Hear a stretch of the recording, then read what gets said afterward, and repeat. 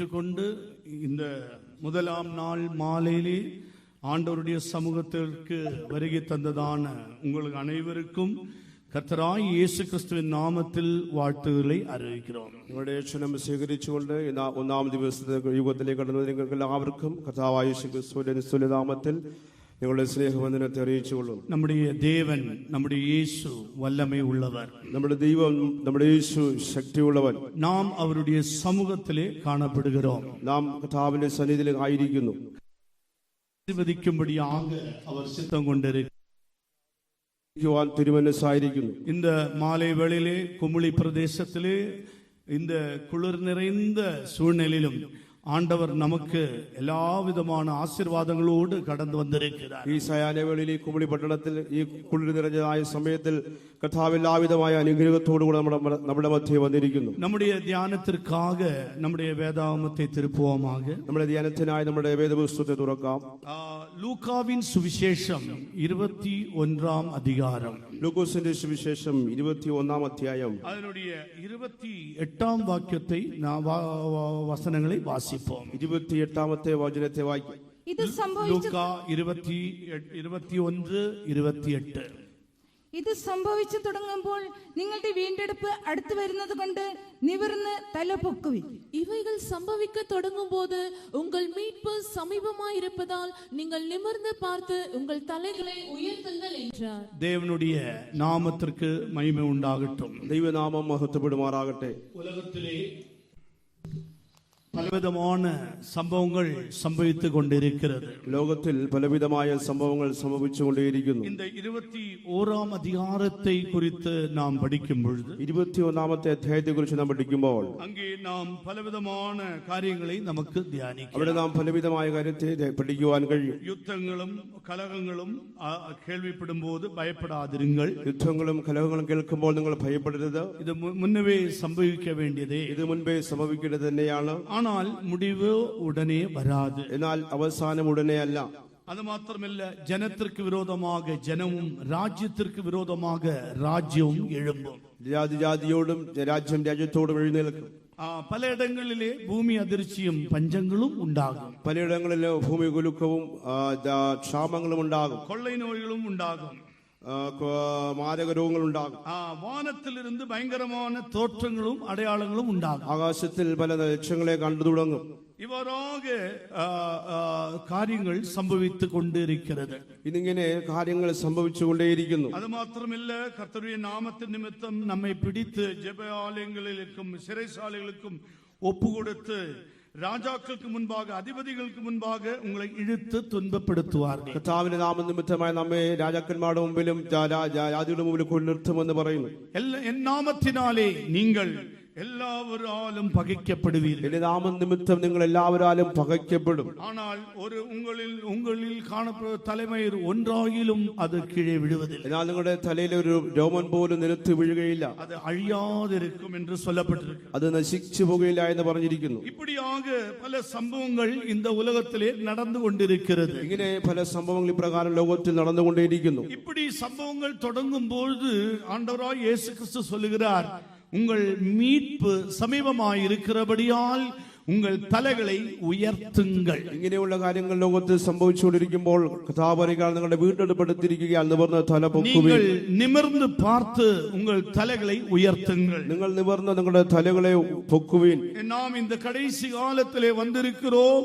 இனி தலைகளை உயர்த்தும்படியாக கர்த்தர் நம்மிடம் சொல்லிக் கொண்டிருக்கிறார். നാം ഒരു അന്ത്യകാലത്തിൽ വന്നിരിക്കുന്നു. നമ്മുടെ തലകളെ ഉയർത്തുവാൻ കർത്താവ് നമ്മോട് പറയുന്നു. மனிதன் தலைகளை உயர்த்துவது என்று சொல்லும்போது 3 விதத்திலே நாம் அங்கே பார்க்கிறோம். മനുഷ്യൻ തലകളെ ഉയർത്തുക എന്ന് പറയുമ്പോൾ 3 വിധത്തിൽ നമുക്ക് തന്നെ കാണുവാൻ കഴിയും. முதலாவது, மனிதன் தலையை குனிந்து பூமிக்குரிய காரியங்களை நோக்கி பார்த்து கொண்டிருக்கிறான். ഒന്നാമതായിട്ട് മനുഷ്യൻ കുനിഞ്ഞുകൊണ്ട് ഭൗമികമായ കാര്യങ്ങളെ നോക്കിക്കൊണ്ടേയിരിക്കുന്നു. இரண்டாவது, மனிதன் தலையை நிமிர்ந்து பார்த்து கொண்டிருக்கிறான். രണ്ടാമതായിട്ട് തല നിവർത്തി മനുഷ്യൻ നോക്കുന്നു. மூன்றாவது, அவன் தலைகளை உயர்த்தி கொண்டு பார்த்து கொண்டிருக்கிறான். മൂന്നാമതായിട്ട് അവൻ തല ഉയർത്തി നോക്കുന്നു. இந்த 3 விதமான தன்மை உடைய மனிதர்களை பூமியிலே நாம் பார்க்கிறோம். ഇപ്രകാരം 3 വിധത്തിലുള്ളതായ മനുഷ്യനെ നാം ലോകത്തിൽ കാണുന്നു. பூமிக்குரிய காரியங்களை நோக்கிக்கொண்டே இருக்கிற மனுஷர்களை நாம் பூமியிலே பார்க்கிறோம். ഭൗമികമായ കാര്യങ്ങൾ നോക്കിയിരിക്കുന്നതായ മനുഷ്യരെ നാം ഭൂമിയിൽ കാണുന്നു. ஏன் அவர்கள் பூமிக்குரிய காரியங்களை நோக்கி கொண்டிருக்கிறார்கள்? എന്തുകൊണ്ടാകുന്നു അവർ ഭൗമികമായ കാര്യങ്ങൾ നോക്കിക്കൊണ്ടിരിക്കുന്നത്? உலகத்தினுடைய ஆசீர்வாதங்களை பெற்றுக் கொள்ளும்படியாக அவன் பூமிக்குரிய சம்பந்தமான காரியங்களிலே അവൻ ഈടുപെട്ട് കൊണ്ടിരിക്കാൻ അവൻ ഗുണിந்து പാർത്തു കൊണ്ടിരിക്കാൻ. ലൗകികമായ കാര്യങ്ങളെ പ്രാപിപ്പാൻ, ലൗകികമായ അനുഗ്രഹങ്ങളെ പ്രാപിപ്പാൻ ഭൂമിയിലേക്ക് അവർ ഇങ്ങനെ കുനിഞ്ഞു നോക്കിക്കൊണ്ടേയിരിക്കുന്നു. ആണപടിയാൽ അവനക്ക് നിമിർന്ന് പാർക്കവോ அல்லது തലകളെ ഉയർത്തി പാർക്കവോ അവനക്ക് നേരം இல்லை. അത് ആകയാൽ അവന് നിവർന്നു നോക്കുവാനോ തലകളെ ഉയർത്തുവാനോ സമയമില്ല. ഇன்றைக்கு உலகத்திலே நாம் பார்க்கும்போது എല്ലാവരും ഭൂമിക്കുரிய കാര്യങ്ങളെ നോക്കിക്കൊണ്ടേ இருக்கிறார்கள். ഇന്ന് നാം ലോകത്തിലേക്ക് നോക്കുമ്പോൾ ഇന്ന് എല്ലാവരും ഭൗമികമായ കാര്യങ്ങളെ നോക്കിക്കൊണ്ടേയിരിക്കുന്നു. ആണപടിയാൽ താൻ വേദാഗമം சொல்லுகிறது. അതുകൊണ്ട് തിരുവചനം പറയുന്നു, കൊലോസ്യ നിരുപത്തിലെ നാം വാസിക്കുമ്പോൾ, കൊലോസ്യ നിരുപത്തിലേക്ക് വരുമ്പോൾ അங்கே 3-ാം അധികാരം 1-ാം വചനത്തെ നാം பார்க்கும்போது, 3-ാം അധ്യായത്തിന്റെ 1-ാമത്തെ വാക്യം വായിക്കുമ്പോൾ, നിങ്ങൾ ക്രിസ്തുവോട് കൂടെ എഴുന്നതുണ്ടാണോ? നിങ്ങൾ ക്രിസ്തുവിനോട് ഉയർത്തുവെങ്കിൽ ക്രിസ്തു ദേവനുடைய വലതു പാർശ്വത്തിലെ വീற்றிருக்கும் இடத்தில் உள்ள மேலானவைகளை தேடுங்கள். ക്രിസ്തു ദൈവത്തിന്റെ വലത്തുഭാഗത്ത് ഇരിക്കുന്നതുകൊണ്ട് ആ ഉയരത്തുള്ളത് ചിന്തിപ്പീൻ. 2-ാം വചനത്തെ നാം பார்க்கும்போது, 2-ാം വാക്യത്തെ വായിക്കുമ്പോൾ, ഭൂമിയിൽ ഉള്ളവകൾ അല്ല മേലാനവളെ നാടുங்கள் എന്ന് சொல்லப்பட்டிருக்கிறது. ഭൂമിയിലുള്ളതല്ല ഉയരത്തിലുള്ളത് തന്നെ ചിന്തിപ്പീൻ എന്ന് പറഞ്ഞിരിക്കുന്നു. ഭൂമിയിൽ ഉള്ളതല്ല മേലാനവളെ നാടുங்கள் എന്ന് சொல்லப்பட்டிருக்கிறது. ഭൂമിയിലുള്ളതല്ല ഉയരത്തിലുള്ളത് തന്നെ ചിന്തിപ്പീൻ. அப்படி என்றால் பூமிக்குரிய காரியங்கள் என்ன? അങ്ങനെയെങ്കിൽ ഭൗമികമായ കാര്യങ്ങൾ എന്താകുന്നു? ഭൂമിക്കുரிய കാര്യങ്ങൾ குறித்து என்ன സംഭവിக்கிறது? ഭൂമിയിലുള്ള കാര്യങ്ങളെ പറ്റി എന്ത് പറഞ്ഞിരിക്കുന്നു? ஏன் மனிதன் பூமியோடு அவன் ஈர்க்கப்பட்டு காணப்படுகிறான்? എന്തുകൊണ്ട് മനുഷ്യൻ ഭൂമിയോട് ഇങ്ങനെ പറ്റിയിരിക്കുന്നു? അവൻ മണ്ണിനാൽ ഉരുവാക്കിനപടിയാൽ അവൻ ഭൂമിയെ നോക്കിക്കൊണ്ടേ இருக்கிறான். അവൻ മണ്ണിനാൽ സൃഷ്ടിക്കപ്പെട്ട നിമിത്തമായി അവൻ ഇങ്ങനെ ഭൂമിയെ നോക്കിക്കൊണ്ടേയിരിക്കുന്നു. ദേവൻ ആദാമെ സൃഷ്ടിച്ച പോത്, ദൈവം ആദാമിനെ സൃഷ്ടിക്കുമ്പോൾ മണ്ണിനാൽ ദേവൻ അവനെ ഉരുവാക്കിനാർ. മണ്ണുകൊണ്ട് അവനെ ഉരുവാക്കി. മണ്ണിനാൽ ഉരുവാക്കിന മനിതനുடைய നാസിയിലെ ജീവശ്വാസത്തെ ഊതിനാർ. அப்பொழுது அவன் ஜீவ ஆத்துமா ஆனான் என்று வேதாகமம் சொல்லுகிறது. മണ്ണുകൊണ്ടുണ്ടാക്കപ്പെട്ടതായ മനുഷ്യന്റെ മൂക്കിൽ ജീവശ്വാസം ഊതുമ്പോൾ അവൻ ജീവനുള്ള ദേഹിയായി എന്ന വചനത്തിൽ വായിക്കുന്നു.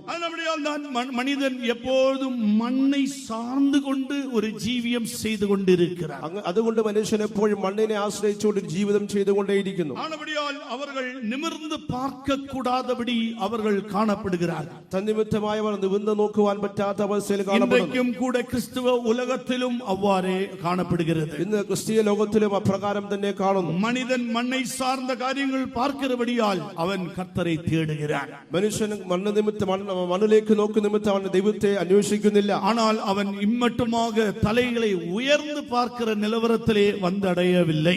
ഇതുവരെയും അവൻ ഉയരത്തിലേക്ക് നോക്കുന്ന അനുഭവത്തിലേക്ക് വന്നെത്തിയിട്ടില്ല.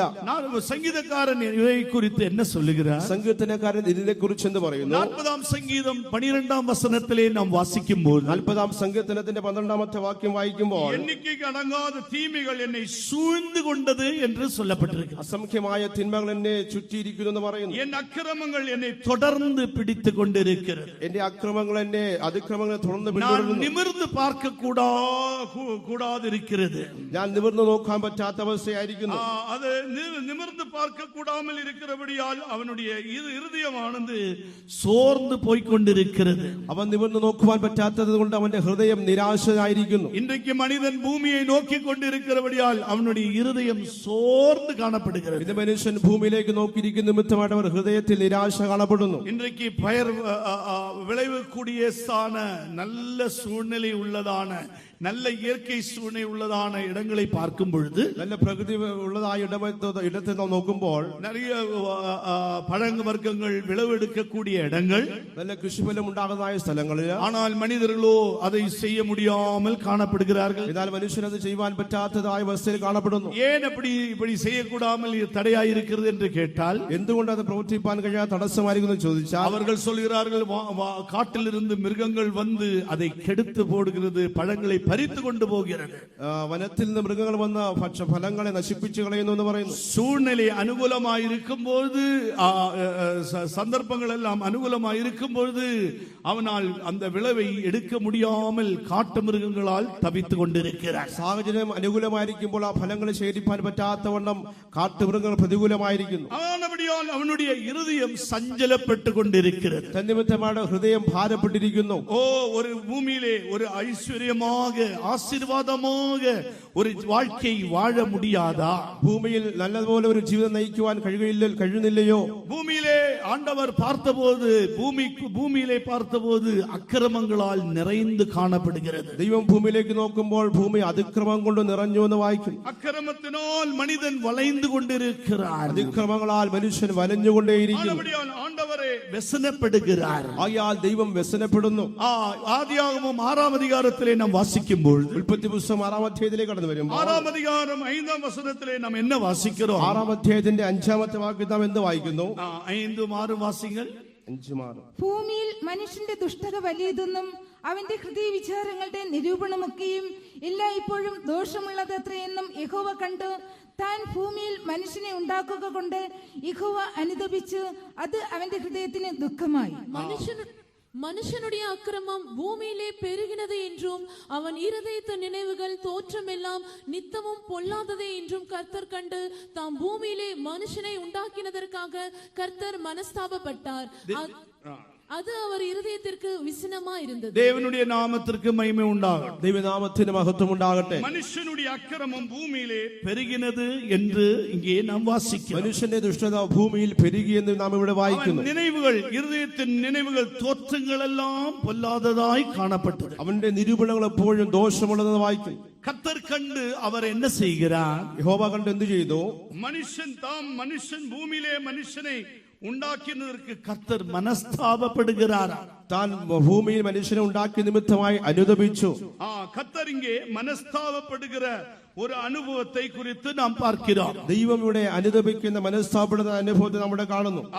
அவருடைய இருதயத்துக்கு அது വ്യസനമായി இருந்தது என்று நாம் வாசிக்கிறோம். അവന്റെ ഹൃദയത്തിന് ദുഃഖമായി നാം വായിക്കുന്നു. கர்த்தரே மனஸ்தாபப்படுகிறார். பூமியிலே மனுஷனுடைய அக்கிரமங்கள் மிகுதியாக இருக்கிறபடியால் கர்த்தரே വ്യസനப்படுகிறார். മനുഷ്യന്റെ അതിക്രമ ദുഷ്ടത വലിയതായതുകൊണ്ട് ദൈവം തന്നെ ഇവിടെ അനുതപിക്കുന്നു. ஆனபடியால் ஆண்டவர் என்ன செய்கிறார்? ആയാൽ ഇപ്പോൾ ദൈവം എന്തു ചെയ്യുന്നു? காலாகாலங்களாக மனிதனை இந்த அக்கிரமத்திலிருந்து விடுவிக்கும்படியாக தேவன் சில பிரமாணங்களை கொடுக்கிறார். കാലാകാലങ്ങളായി ദൈവം ഈ മനുഷ്യനെ ദുഷ്ടത വിടുവിപ്പാൻ ചില പ്രവൃത്തികൾ ചെയ്യുന്നു. ஆனால் மனிதனோ அவன் மறுபடியுமாக அக்கிரம சிந்தை உள்ளவனாக அவன் காணப்படுகிறான். എന്നാലോ മനുഷ്യൻ വീണ്ടും വീണ്ടും ആ ദുഷ്ടതയുള്ളതായ ചിന്തയുള്ളവനായി കാണപ്പെടുന്നു. அவன் அக்கிரமம் செய்து ஆண்டவருக்கு முன்பாக பலி செலுத்தும்படியாக கடந்து வருகிறான். അവൻ ദുഷ്ടത ചെയ്തുകൊണ്ട് ദൈവത്തിന്റെ മുമ്പാകെ യാഗം കഴിക്കുവാൻ കടന്നു വന്നു. பலி செய்கிறான். மறுபடியும் அவன் பாவம் என்னும் அக்கிரமத்தை செய்து கொண்டிருக்கிறான். യാഗം കഴിക്കുന്ന വീണ്ടും ആ പാവമതായ അതിക്രമത്തെ ചെയ്യുന്നു. ஆனபடியால் மனிதனுக்கு இளைப்பாறுதலற்ற நிலவரத்திலே காணப்படுகிறார்கள். നിമിത്തമായ മനുഷ്യന് സ്വസ്ഥതയില്ലാത്തതായ അനുഭവത്തിലേക്ക് അവൻ കടന്നു പോകുന്നു. ஆண்டவர் பலவிதத்திலும் கிரியை செய்து பார்க்கிறார். ஆனாலும் மனிதன் அவன் அதிலிருந்து வெளியே வர முடியாமல் தவித்துக் கொண்டிருக்கிறார். ദൈവം പല കാര്യങ്ങളും ചെയ്യുന്നുവെങ്കിലും മനുഷ്യനോ അതിൽ നിന്ന് പുറത്തു വരുവാൻ പറ്റാത്ത വിധത്തിൽ പതറിക്കൊണ്ടേയിരിക്കുന്നു. ஆனபடியால் கர்த்தர் என்ன சொல்லுகிறார்? ആയാൽ ദൈവം എന്ത് പറയുന്നു? நான் அவர்களுடைய அக்கிரமங்களை மன்னிப்பேன் என்று சொல்லுகிறார். ഞാൻ അവരുടെ അതിക്രമങ്ങളെ ക്ഷമിക്കുമെന്ന് പറയുന്നു. 103ஆம் சங்கீதத்திலே வாசிக்கும் பொழுது 103ஆம் சங்கீதத்தில் വായിക്കുമ്പോൾ அதனுடைய 3ஆம் வசனத்திலே என்ன வாசிக்கிறோம்? അതിന്റെ 3ാമത്തെ വാക്യത്തിൽ എന്ത് വായിക്കുന്നു? அவர் உன் அக்கிரமங்கள் எல்லாம் மன்னித்து உன் நோய்கள் எல்லாம் குணமாக்குகிறார் என்று நாம் இங்கே வாசிக்கிறோம். അവൻ നിന്റെ അകൃത്യമൊക്കെയും മോചിക്കുന്നു, നിന്റെ സകല രോഗങ്ങളെയും സൗഖ്യമാക്കും. மனிதனுடைய அக்கிரமங்களை மன்னிக்கும்படியாக மனுஷகுமாரன் பூமியிலே வெளிப்பட்டார். മനുഷ്യന്റെ അതിക്രമങ്ങളെ ക്ഷമിക്കുവാൻ മനുഷ്യപുത്രൻ ഈ ഭൂമിയിലെ വെളിപ്പെട്ടു. நம்முடைய அக்கிரமங்களை மன்னிக்கும்படியாக, നമ്മുടെ അതിക്രമങ്ങൾ ക്ഷമിക്കുവാൻ, நம்முடைய நோய்களை குணமாக்கும்படியாக, നമ്മുടെ രോഗത്തെ സൗഖ്യമാക്കുവാൻ நம்முடைய ஆண்டவராகிய இயேசு கிறிஸ்து இந்த பூமியிலே கடந்து வந்தார். നമ്മുടെ കർത്താവായ യേശു ക്രിസ്തു ഈ ഭൂമിയിലേക്ക് കടന്നു വന്നു. இன்றைக்கு மனிதன் அக்கிரம சிந்தையினாலே அவன் பலவிதமான பாரங்களுக்கு உட்பட்டு ஜீவிக்கிறார். മനുഷ്യന് അകൃത്യ ചിന്ത നിമിത്തമായിട്ട് പലവിധമായ ഭാരങ്ങളിൽ അടിമപ്പെട്ടിരിക്കുന്നു. பலவிதமான பணி சுமைகளால் அவன் இரவும் பகலும் அவன் உழைத்து கொண்டே இருக்கிறான். പലവിധമായ ഭാരങ്ങളാൽ അവൻ അലഞ്ഞുകൊണ്ടേയിരിക്കുന്നു. அவனுடைய ஜீவியத்திலே இளைப்பாறுதல் அற்றவனாய் காணப்படுகிறான். അവരുടെ ജീവിതത്തിൽ സ്വസ്ഥതയില്ലാത്തതായ അനുഭവത്തിൽ കാണപ്പെടുന്നു. இஸ்ரவேலர்களும் அப்படிதான் அவ்வாறாகதான் எகிப்திலே அவர்கள் ஜீவித்துக் கொண்டிருந்தார். ഇസ്രായേൽ ജനവും മിസ്രൈമിൽ അപ്രകാരം തന്നെയായിരുന്നു ജീവിച്ചിരുന്നത്. அவருடைய ஜீவியத்திலே அவர்கள் பாரங்கள் உள்ளவர்களாய் காணப்பட்டார். അവരുടെ ജീവിതത്തിൽ ഭാരങ്ങൾ ഉള്ളവരായി അവർ കാണപ്പെട്ടു. வேலை மிகவும் கஷ்டப்பட்ட வேலை செய்து கொண்டிருந்தார்கள். അവർ ജോലി ഭാരമുള്ളവരായി കാണപ്പെട്ടിരുന്നു. அவர்களால் தாங்க கூட முடியாமதான கட்டத்திலே வந்தபொழுது അവരെ കൊണ്ട് താങ്ങുവാൻ പറ്റാത്തതായ അവസ്ഥയിലേക്ക് വന്നപ്പോൾ அவர்கள் ஆண்டவரை நோக்கி கூக்குரலிட ஆரம்பிக்கிறார். അവർ ദൈവത്തെ നോക്കി നിലവിളിക്കുവാൻ തുടങ്ങി. அவர்கள் தேவனை நோக்கி கூக்குரலிடுகிறார்கள். അവർ ദൈവത്തെ നോക്കി നിലവിളിക്കുവാൻ തുടങ്ങി. அவர்கள் சத்தம் உயர்த்தி ஆண்டவரே எங்களை ரட்சியும் என்று சொல்லிக் கொண்டிருக்கிறார். അവർ ശബ്ദമുയർത്തി ദൈവമേ ഞങ്ങളെ രക്ഷിക്കണമേ എന്ന് പറഞ്ഞു. ஏனென்றால் அவர்களுக்கு தாங்கக்கூடாத ஒரு பாரம் அந்த பார்வோனும் அவனுடைய ஆளோட்டிகளும் விரோதமாய் அவர்களுக்கு பாரத்தை சுமத்திக் கொண்டிருக்கிறார். അവർക്ക് താങ്ങാൻ പറ്റാത്തതായ ഭാരത്തെ ഫറവോനും ഊഴിക വിചാരന്മാർ നിമിത്തമായി അവർക്കുണ്ടായി. ஆனபடியால் அவர்களுடைய சத்தம் ஆண்டவருடைய சமூகத்துக்கு எட்டினது. ആകയാൽ അവരുടെ ശബ്ദം അവരുടെ നിലവിളി ദൈവത്തിന്റെ സന്നിധിയിലെത്തി. அவர்களுடைய கூக்குரல் ஆண்டவர் அந்த சத்தத்தை கேட்கிறார். അവരുടെ നിലവിളിയുടെ ശബ്ദത്തെ ദൈവം കേട്ടു. நான் அவர்களுடைய சத்தத்தை கேட்டேன் என்று ஆண்டவர் சொல்லுகிறார். ഞാൻ അവരുടെ നിലവിളിയുടെ ശബ്ദം കേട്ടു എന്ന് ദൈവം പറയുന്നു. தேவன் அவருடைய சத்தத்தின் கூக்குரலை கேட்டபோது ദൈവം അവരുടെ നിലവിളിയെ കേട്ടപ്പോൾ தேவன் என்ன செய்கிறார்? ദൈവം എന്ത് ചെയ്യുന്നു? தேவன் இறங்க ஆரம்பித்து விட்டார். ദൈവം അവിടെ ഇറങ്ങുവാൻ തുടങ്ങി. அவர்களுடைய கூக்குரலின் சத்தம் கேட்டபோதுதான் தேவன் இறங்க ஆரம்பித்தார். അവരുടെ നിലവിളിയുടെ ശബ്ദത്തെ കേട്ട് ദൈവം അവിടെ ഇറങ്ങുവാൻ തുടങ്ങി. இந்த இரவு வேளையிலும் நீங்கள் இந்த வார்த்தைகளை கேட்டுக்கொண்டிருக்கும் போது ഈ സന്ധ്യാസമയത്തിൽ ഈ വാക്കുകളെ വചനങ്ങളെ കേട്ടുകൊണ്ടിരിക്കുമ്പോൾ உங்களால் தாங்க முடியாத பாரங்கள் இருக்குமா என்றால் നിങ്ങളെ കൊണ്ട് താങ്ങുവാൻ പറ്റാത്തതായ വേദനകൾ ഉണ്ടെങ്കിൽ உன்னுடைய கூக்குரலின் சத்தத்தை கேட்கிற ஒருவர் உண்டு. அவர்தான் நம்முடைய கர்த்தராகிய இயேசு கிறிஸ்து. നിങ്ങളുടെ നിലവിളിയുടെ ശബ്ദത്തെ കേൾക്കുന്നതിനായി ഒരുവനുണ്ട്. അവനാവും നമ്മുടെ കർത്താവായ യേശു ക്രിസ്തു. உன்னுடைய கூக்குரலின் வேண்டுதலின் சத்தத்தை கேட்கும்படியாக உன்னை விடுவிக்கும்படியாக அவர் நம் மத்தியிலே கடந்து வந்திருக்கிறார். നിങ്ങളുടെ നിലവിളി കേൾക്കുവാൻ നിങ്ങളുടെ യാചന കേൾക്കുവാൻ അവൻ നമ്മുടെ മധ്യത്തിൽ കടന്നു വന്നിരിക്കുന്നു. உன்னுடைய கூக்குரலை அவர் கேட்டுக்கொண்டே இருக்கிறார். നിങ്ങളുടെ നിലവിളി അവൻ കേട്ടുകൊണ്ടേയിരിക്കുന്നു. நாம் ஒரு மனிதனோடு நாம் கூக்குரல் இடவில்லை. നാം ഒരു മനുഷ്യനോട് കൂടെ നിലവിളിക്കേണ്ട. நாம் நம்மை சிருஷ்டித்தவராக கர்த்தராகிய இயேசு கிறிஸ்து சமூகத்திலே நாம் கூக்குரல் இட வேண்டும். നമ്മെ സൃഷ്ടിച്ചവനായ യേശു ക്രിസ്തുവിന്റെ സന്നിധിയിൽ നാം നിലവിളിക്കണം. അക്രമത്തിനാലും ഭാരപ്പെടുகிறதான எந்த நபராயிருந்தாலும் അതിക്രമങ്ങളാൽ ഭാരപ്പെടുന്ന ഏത് വ്യക്തിയായിരുന്നാലും அக்கிரமம் செய்கிற ஆத்துமாவுக்கு இளைப்பாறுதல் இல்லை என்று வேதாகமம் சொல்லுகிறது. അതിക്രമം പാപം ചെയ്യുന്ന ആത്മാവിന് ശാന്തിയില്ല എന്ന് ദൈവത്തിന്റെ വചനം പറയുന്നു. ஆனால் இந்த இரவு நீ கூப்பிடுவாய் என்றால், എന്നാൽ ഈ രാത്രിയിൽ നിന്ന് നിലവിളിക്കുന്നുവെങ്കിൽ இன்றைக்கு உனக்கு சமாதானம் மாத்திரமல்ல இளைப்பாறுதலை கட்டளையிடும்படியாக நம்முடைய இயேசு நம்மத்திலே கடந்து வந்திருக்கிறார். ഇന്ന് നിങ്ങൾ സമാധാനത്തെ തരിക മാത്രമല്ല ആശ്വാസത്തെ തരുവാൻ വേണ്ടി നമ്മുടെ കർത്താവായ യേശു ഇവിടെ വന്നിരിക്കുന്നു. தென்கொரியாவிலே குமி என்றதான இடத்திலே തെക്കൻ ആഫ്രിക്ക തെൻകൊറിയയിലെ കുമി എന്ന ഇടത്തിൽ அங்கே ஒரு அரசு வேலையில் அமர்த்தப்பட்டதான ஒரு ரோபோ, ഒരു ഗവൺമെന്റ് ജോലിയിലായിരുന്നതായ ഒരു റോബോ, அதனுடைய அந்த ரோபோ பேர் சூப்பர்வைசர் என்று பெயர் சொல்லப்படுகிறது. റോബോ സൂപ്പർവൈസർ അതിന്റെ പേര് പറയുന്നു. அது ஒரு நாள் வேலை செய்து கடைசியாக தற்கொலை செய்து கொண்டு விட்டதா. അത് ഇങ്ങനെ ജോലികൾ ചെയ്ത് ഒരു ദിവസം ആത്മഹത്യ ചെയ്തു. பணிசுமையால் தற்கொலை செய்து கொண்ட ரோபோ என்று நாங்க பேப்பர்லயே வாசித்தோம். ജോലി ഭാരം നിമിത്തമായി ആത്മഹത്യ ചെയ്തതായ റോബോ എന്ന പത്രത്തിൽ വായിച്ചു. அது மாடியிலிருந்து படிக்கட்டிலிருந்து உருண்டு விழுந்து விட்டதாம். അത് രണ്ടാം മേലത്തെ നിലയിൽ നിന്ന് പടി വഴി സ്റ്റെപ്പ് വഴി ഉരുണ്ട് നിലത്ത് വീണു. அது செயலிழந்து விழுந்து காணப்பட்டது. അത് സ്റ്റേറിന് വീണ് കിടക്കുന്നതായി കണ്ടു. அதனுடைய பணிசுமை மிகவும் பாரம் அதிகமானபடியால் அது அங்கும் இங்கும் உலைந்து கொண்டிருந்தது. അതിന്റെ ജോലി ഭാരം അധികമായ നിമിത്തമായത് അത് ഉലഞ്ഞുകൊണ്ടേയിരുന്നു. அங்கே இங்கே சுத்தி கொண்டிருந்ததா. അത് അങ്ങനെ ചുറ്റിക്കൊണ്ടേയിരുന്നു. இதை பார்த்தவர்கள் என்ன இப்படி நடக்கிறதே என்று சிந்தித்துக் கொண்டிருக்கும் பொழுது ഇതിനെ കണ്ടവർ എന്താണ് ഇങ്ങനെ നടക്കുന്നതെന്ന് ചിന്തിച്ചു. அதிக அளவாக வேலைகள் பாரங்கள் ஆனபடியால் அந்த ரோபோ உருண்டு கீழே விழுந்து செயலிழந்து காணப்படுகிறது. അത് ആ റോബോ അധിക ഭാരം നിമിത്തമായിട്ട് നിലത്ത് വീണ് ഇങ്ങനെ കിടക്കുകയാണ്. மனிதன் பாரங்களை சுமக்க முடியாத நிலவரத்தில் வந்தபொழுது மனிதன் ரோபோவை கண்டுபிடித்தான். മനുഷ്യൻ ഭാരങ്ങളെ ചുമക്കുവാൻ കഴിയാത്ത അവസ്ഥയിലേക്ക് വന്നപ്പോൾ മനുഷ്യൻ റോബോകളെ കണ്ടുപിടിച്ചു. ரோபோவை கண்டுபிடித்த மனிதன் ரோபோவை கொண்டு வேலை செய்யும்படியாய் விரும்புகிறான். റോബോയെ കണ്ടുപിടിച്ചതായ മനുഷ്യൻ റോബോയെ കൊണ്ട് ജോലികൾ ചെയ്യുവാൻ ആഗ്രഹിക്കുന്നു. ஆவியோ ஆத்மாவோ சரீரமோ இல்லாததான் அந்த ரோபோ.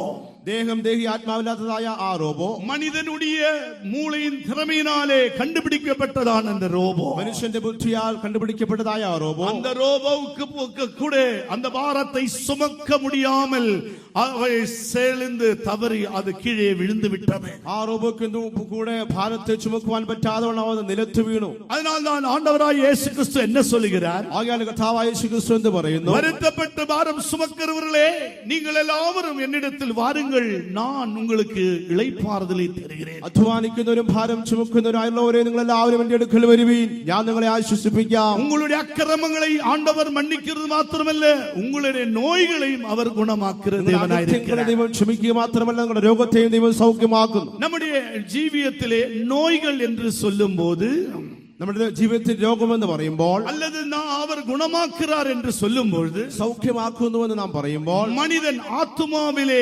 வியாதியின் அனுபவத்தை பெற்றுக் கொள்கிறான். മനുഷ്യൻ ആത്മാവിൽ രോഗത്തെ പ്രാപിക്കുന്നു, ரோகம் அனுபவம் രോഗത്തെ അനുഭവിക്കുന്നു.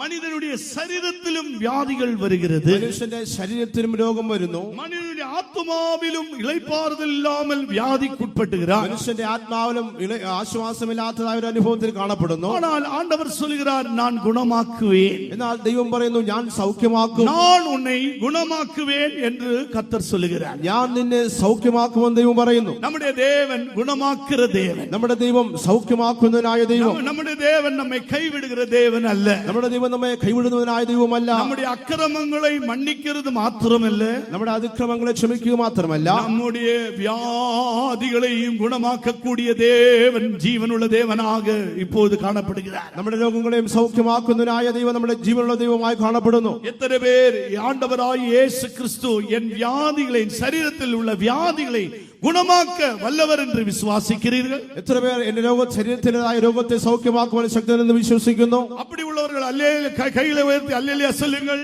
അങ്ങനെയുള്ള കരങ്ങളെ വിട്ട് ഹല്ലേലൂയ പറയുവീൻ. அல்லேலூயா. இப்பொழுதே அந்த இயேசு நம்மத்திலே உலாவிக் கொண்டிருக்கிறார். ഇപ്പോൾ തന്നെ ആ യേശു നമ്മുടെ മധ്യത്തിൽ ഉലാവിക്കൊണ്ടേയിരിക്കുന്നു. உன்னுடைய சரீரத்திலே காணப்படுகிற எந்த விதமான நோய்களையும் குணமாக்க அவர் வல்லமை உள்ள தேவன். നിങ്ങളുടെ ശരീരത്തിൽ കാണപ്പെടുന്ന ഏത് രോഗത്തെ സൗഖ്യമാക്കുവാനും അവൻ ശക്തിയുള്ളവനായ ദൈവം. அந்த வல்லமை உள்ள தேவனுடைய சமூகத்திலே நாம் கடந்து வந்திருக்கிறோம். സർവശക്തിയുള്ളവനായ ദൈവത്തിന്റെ സന്നിധിയിൽ നാം വന്നിരിക്കുന്നു. லூக்காவின் சுவிசேஷம் 10 அதிகாரம் 9 வசனத்திலே நாம் வாசிக்கும் பொழுது, ലൂക്കോസിന്റെ സുവിശേഷം 10 അധ്യായത്തിലെ 9 വാക്യം വായിക്കുമ്പോൾ, அவ்விடத்தில் பிணியாளிகளை சொஸ்தமாக்கி தேவனுடைய ராஜ்யம் உங்களுக்கு சமீபமாய் வந்திருக்கிறது என்று அவர்களுக்கு சொல்லுங்கள். രോഗികളെ സൗഖ്യമാക്കി ദൈവരാജ്യം നിങ്ങളുടെ അടുക്കൽ വന്നിരിക്കുന്നു എന്ന് പറയുവീൻ എന്ന് പറഞ്ഞു. இங்கே பிணியாளிகளை சொஸ்தமாக்குற இயேசு, ഇവിടെ രോഗികളെ സൗഖ്യമാക്കുന്ന യേശു, நம்முடைய வியாதிகளை சுகமாக்கக்கூடிய இயேசு, നമ്മുടെ രോഗങ്ങളെ സുഖമാക്കുന്നതിനായ യേശു. இன்றைக்கு மனிதன் 2 விதத்திலே நோயாளியாய் காணப்படுகிறார். ഇന്ന് മനുഷ്യൻ 2 വിധത്തിൽ രോഗിയായി കാണപ്പെടുന്നു. ஒன்று நாம் பார்க்கும் பொழுது, ഒന്ന് നാം നോക്കുമ്പോൾ அவனுடைய வாழ்க்கையிலே சரீர பிரகாரமாக അവൻ വ്യാധിപ്പെട്ടവനായി இருக்கிறான். ജീവിതത്തിൽ ശാരീരികമായി രോഗികളായി കാണപ്പെടുന്നു. இரண்டாவதாக அவனுடைய தனித்துவம் அல்லது அவனுடைய வாழ்க்கையிலே, அவனுடைய ஆளுகையிலே அவன் வியாதிப்பட்டவனாய் இருக்கிறான்.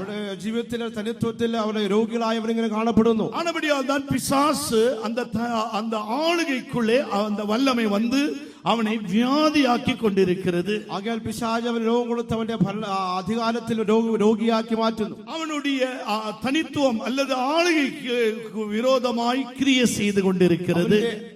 അവന്റെ തനിത്വത്തിന് വിരോധമായിട്ട് പിശാച് പ്രവർത്തിക്കുന്നു. அதை ஜெயிக்க முடியாமல் இன்றைக்கும் கிறிஸ்துவ உலகத்திலே பல வருடங்களாக மனிதர்கள் வியாதியின் வல்லமையினால் தாக்கப்பட்டு இருக்கிறார்கள். അതിനെ ജയിക്കുവാൻ കഴിയാതെ അനേക വർഷങ്ങളായി ക്രിസ്തീയ ജീവിതത്തിൽ രോഗികളായി കാണപ്പെടുന്നു. தாக்கப்பட்டு பலவிதமான பிரச்சனைக்குள்ளே காணப்படுகிறார்கள். അങ്ങനെ ആക്രമിക്കപ്പെട്ട് പലവിധമായ പ്രശ്നത്തിൽ അകപ്പെട്ട് കിടക്കുന്നു. பேதுருனுடைய மாமியாரின் வாழ்க்கையை குறித்து எல்லாருக்கும் தெரிந்த விஷயம். പത്രോസിന്റെ അമ്മായിയെ കുറിച്ച് എല്ലാവർക്കും അറിയാവുന്ന ഒരു വിഷയമാകും. அவள் ஜரத்தினால் தவித்துக் கொண்டிருக்கிறாள். അവൾ പനിയിനാൽ കഷ്ടപ്പെട്ടുകൊണ്ടേ கர்த்தராகிய இயேசு கிறிஸ்து அங்கே சென்ற பொழுது കർത്താവായ യേശു ക്രിസ്തു അവിടെ ചെന്നപ്പോൾ அந்த ஜரத்தை அவர் என்ன செய்தார்? ആ പനിയെ യേശു എന്ത് ചെയ്തു? அந்த ஜரத்தை அவர் கடிந்து கொண்டார். ആ പനിയെ യേശു ശാസിച്ചു.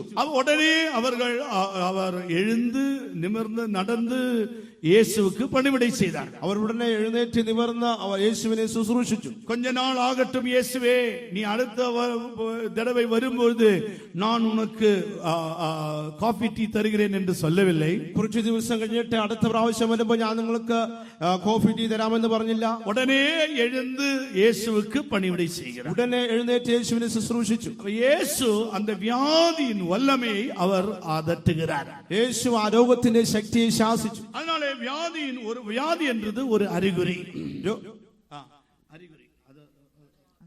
ആ രോഗം എന്ന് പറയുന്ന ഒരു അടയാളം. அது ஆளுமை அல்ல, அது ஒரு அறிகுறி தான். അതൊരു ഭരണമല്ല, ഒരു അടയാളം. நீங்கள் அந்த அறிகுறியை அதை அதட்ட முடியாது. ആ അടയാളത്തെ നിങ്ങൾക്ക് അകറ്റുവാൻ ശാസിക്കുവാൻ കഴിയില്ല. ஏனென்றால் அதற்கு ஒரு ஆளுமை இருக்கிறபடியால் நீங்கள் அதை அதட்ட முடியாது. അതിനൊരു ശക്തി ഉള്ളതുകൊണ്ട് അതിനെ അകറ്റുവാൻ പറ്റുകയില്ല. ஆனால் தேவனுடைய வல்லமையினால் நாம் ஆளுகை செய்வோம் என்றால் அதை அதட்ட முடியும். എന്നാൽ ദൈവത്തിന്റെ ശക്തിയാൽ നാം ഭരിക്കുന്നുവെങ്കിൽ അതിനെ ശാസിക്കുവാൻ കഴിയും. ஆளுமை இருக்கிற இடத்திலே பிசாசின் வல்லமையில் ஆளுகை செய்யாது. അധികാരമുള്ളിടത്ത് പിശാചിന്റെ ശക്തിക്ക് ഭരിക്കുവാൻ കഴിയില്ല. இயேசு கிறிஸ்து வியாதிகளை குணமாக்குற தேவன். அவர் நமக்கு வல்லமையும் அதிகாரத்தையும் தந்திருக்கிறார். യേശു ക്രിസ്തു രോഗങ്ങളെ സൗഖ്യമാക്കുന്ന ദൈവം, ആ ദൈവം നമുക്ക് അധികാരത്തെയും ശക്തിയും നൽകിയിരിക്കുന്നു. ஒவ்வொருவருக்காக கர்த்தராகிய இயேசு கிறிஸ்து கல்வாரி சிலுவையிலே நம்முடைய வியாதிகள் எல்லாம் சுமந்து விட்டார். നമുക്ക് ഓരോരുത്തർക്കും വേണ്ടി കർത്താവായ യേശു ക്രിസ്തു കാൽവരി ക്രൂശിൽ രോഗങ്ങളെ ചുമക്കുകയുണ്ടായി. ஒருமுறை நான் வியாதியின் படுக்கையிலே இருந்தேன். ഒരിക്കൽ ഞാൻ രോഗക്കിടക്കിലായിരുന്നു. என்னால் எழுந்து ஒரு கப்பை எடுக்க முடியாது. എന്നാൽ എനിക്ക് എഴുന്നേറ്റ് ഒരു കപ്പ് എടുക്കുവാൻ കഴിയില്ല. கை அசைக்க முடியாது. കൈ അനക്കുവാൻ കഴിയില്ല. எல்லாம் செயலிழந்த அனுபவத்திலே காணப்பட்டேன். ചലനമറ്റതായ ഒരു അനുഭവത്തിൽ കാണപ്പെട്ടു. அப்படி இருக்கும் பொழுது അങ്ങനെ ഇരിക്കുമ്പോൾ எனக்கு பேச முடியாது. എനിക്ക് സംസാരിക്കാൻ കഴിയില്ല. நான் மனதிலே தியானித்துக் கொண்டிருந்தேன். ഞാൻ മനസ്സിൽ ധ്യാനിച്ചുകൊണ്ടേയിരുന്നു. இயேசுவின் வல்லமையை குறித்து தியானித்துக் கொண்டிருந்தேன். യേശുവിന്റെ ശക്തിയെ കുറിച്ച് கல்வாரி ധ്യാനിച്ചുകൊണ്ടേയിരുന്നു. சிலுவையை குறித்து தியானித்துக் கொண்டிருந்தேன். കാൽവരി ക്രൂശിനെ കുറിച്ച് ധ്യാനിച്ചുകൊണ്ടേയിരുന്നു. அப்பொழுது எழுதப்பட்ட வசனம் அல்ல, வெளிப்படுத்தப்பட்ட வசனம் வந்தது. അവൾ എഴുതപ്പെട്ട വചനമല്ല, വെളിപ്പെട്ടതായ ഒരു വചനം കടന്നു വന്നു. எழுதப்பட்ட வசனம் அநேகம் இருக்கிறது. എഴുതപ്പെട്ടതായ വചനങ്ങൾ അനേകമുണ്ട്. நான் உன்னை குணமாக்குவேன், ഞാൻ നിന്നെ സൗഖ്യമാക്കും. நான் உன்னை குணமாக்குற தேவன், ഞാൻ നിന്നെ സൗഖ്യമാക്കുന്ന ദൈവം. எகிப்தியருக்கு வரப்பண்ணின வியாதியை பண்ண மாட்டேன், മിസ്രൈമ്യർക്ക് വരുത്തിയ രോഗത്തെ ഞാൻ വരുത്തുകയില്ല. அவருடைய தழும்புகளால் குணமானீர்கள், അവന്റെ അടിപ്പിണറുകളാൽ സൗഖ്യം വന്നിരിക്കുന്നു. எழுதப்பட்ட வசனங்கள் அநேகமாயிருக்கும். ഇങ്ങനെ എഴുതപ്പെട്ടതായ വചനങ്ങൾ അനേകമായി ഉണ്ടായിരുന്നു. வியாதி இந்த அனுபவத்திலே கர்த்தருடைய சமூகத்திலே காத்திருந்த போது, ആ രോഗക്കിടക്കിൽ ദൈവത്തിനെ കാത്തിരിക്കുമ്പോൾ சங்கீதத்திலிருந்து ஆண்டவர் ஒரு வார்த்தையை தந்தார். സങ്കീർത്തനത്തിൽ ദൈവം ഒരു വചനത്തെ തന്നു. நீ சாவாமல் இருந்து உயிரோடு இருந்து என் கிரியைகளை வர்ணிக்க வேண்டும். മരിക്കാതെ ജീവനോടെ ഇരുന്നുകൊണ്ട് ദൈവത്തിന്റെ ക്രിയകളെ വർണ്ണിക്കണം. அதற்காக நான் உன்னை பலப்படுத்துவேன் என்று சத்தம் கேட்டது. അതിനായി ഞാൻ നിന്നെ ബലപ്പെടുത്തുമെന്ന് ശബ്ദം കേട്ടു. இந்த வார்த்தை எனக்குள்ளே அனல் போல காணப்பட்டது. ഈ വചനം എന്റെ ഉള്ളിൽ തീ പോലെ ജ്വലിച്ചുകൊണ്ടിരുന്നു. இந்த வார்த்தை ஒரு அக்கினி ஜுவாலையை போல வந்து கொண்டிருந்தது. ഈ വചനം ഒരു അഗ്നിജ്വാല പോലെ വന്നുകൊണ്ടിരുന്നു. ശരീരത്തിൻപടി ஒன்றும் அசைய முடியாத நிலவரத்தில் இருக்கிற நான், ശാരീരികമായി അനങ്ങുവാൻ കഴിയാതെ കിടന്നതായ ഞാൻ, இப்பொழுது ரேமா என்றதான அந்த வார்த்தை எனக்குள்ளே பிரவேசித்தது. റേമ എന്നതായ ആ വാക്ക് എന്റെ ഉള്ളിൽ പ്രവേശിച്ചു. இந்த வார்த்தை எனக்குள்ளே அனல் பிடிக்க ஆரம்பித்து ഈ விட்டது. വാക്ക് എന്റെ ഉള്ളിൽ കത്തുവാൻ തുടങ്ങി. இந்த வார்த்தை தேவன் எனக்கு வெளிப்படுத்தின வார்த்தை. ഈ വാക്ക് ദൈവം എനിക്ക് വെളിപ്പെടുത്തിയതായ വാക്കാണ്. எனக்குள்ளே வல்லமை புறப்பட்டு கொண்டிருந்த ஆண்டவருடைய வல்லமை எனக்குள்ளே புகழ்ந்து கொண்டிருந்தது. ദൈവത്തിന്റെ ശക്തി എന്നിൽ വ്യാപരിച്ചുകൊണ്ടേയിരുന്നു. அந்த வல்லமையானது மிகுந்த ஒரு பெரிய பாம்பு வெடிக்கிறது போல மாற்றப்பட்டது. ആ ശക്തി ഒരു വലിയ ബോംബ് പൊട്ടിത്തെറിക്കുന്ന പോലെ തന്നെ ഒരു അനുഭവം ഉണ്ടായി. தேவ வல்லமை வந்து இறங்கின போது, ദൈവശക്തി വന്ന് ഇറങ്ങിയപ്പോൾ, நான் அந்த கட்டில் இருந்தே தேவனுடைய வல்லமையினால் நிரப்பப்பட்டேன். ഞാൻ ആ കട്ടിൽ ഇരുന്നുകൊണ്ട് ദൈവശക്തിയാൽ നിറയപ്പെട്ടു. இப்பொழுது என் கைகள் அசைய ஆரம்பித்து ഇപ്പോൾ விட்டது. കൈകൾ ചലിക്കുവാൻ തുടങ്ങി. என்னுடைய கால்கள் அசைய ஆரம்பித்து എന്റെ விட்டது. കാലുകൾ ചലിക്കുവാൻ തുടങ്ങി. கர்த்தர் என்னை குணமாக்கினார். കർത്താവ് എന്നെ സൗഖ്യമാക്കി. நான் எழுந்து உட்கார்ந்தேன். ഞാൻ എഴുന്നേറ്റ് ഇരുന്നു. நடக்க ஆரம்பித்தேன். നടക്കുവാൻ തുടങ്ങി. குதிக்க ஆரம்பித்தேன். കുതിക്കുവാൻ തുടങ്ങി. இப்பொழுது ஆண்டவரே எனக்கு என்னை குணமாக்கி விட்டார். ഇപ്പോൾ ദൈവം തന്നെ എന്നെ സൗഖ്യമാക്കി. என்னை விடுவித்த தேவன் உங்களையும் இந்த ராத்திரி வேளையிலே குணமாக்க அவர் சித்தம் கொண்டிருக்கிறார். എന്നെ സൗഖ്യമാക്കുകയാൽ ആക്കിയതായ ദൈവം നിങ്ങളെയും സൗഖ്യമാക്കുവാൻ മനസ്സുള്ളവനായിരിക്കുന്നു. எத்தனை பேர் விசுவாசிக்கிறீர்கள்? എത്ര പേർ വിശ്വസിക്കുന്നു? அவருடைய தழும்புகளால் குணமானீர்கள். അവന്റെ അടിപ്പിണരാൽ സൗഖ്യമായിരിക്കുന്നു. தேவன் தம்முடைய வார்த்தையை அனுப்பி உங்களை குணமாக்க வல்லவராயிருக்கிறார். കർത്താവ് തന്നെ വചനത്തെ അയച്ച് നിങ്ങളെ സൗഖ്യമാക്കുവാൻ அந்த ശക്തനാകുന്നു. வார்த்தை சமட்டியை போல ஊடுருவி பாயட்டும். ആ വചനം ചുറ്റിക പോലെ ഇവിടെ പായട്ടെ. நம்முடைய நோய்கள் எல்லாம் சிலுவையிலே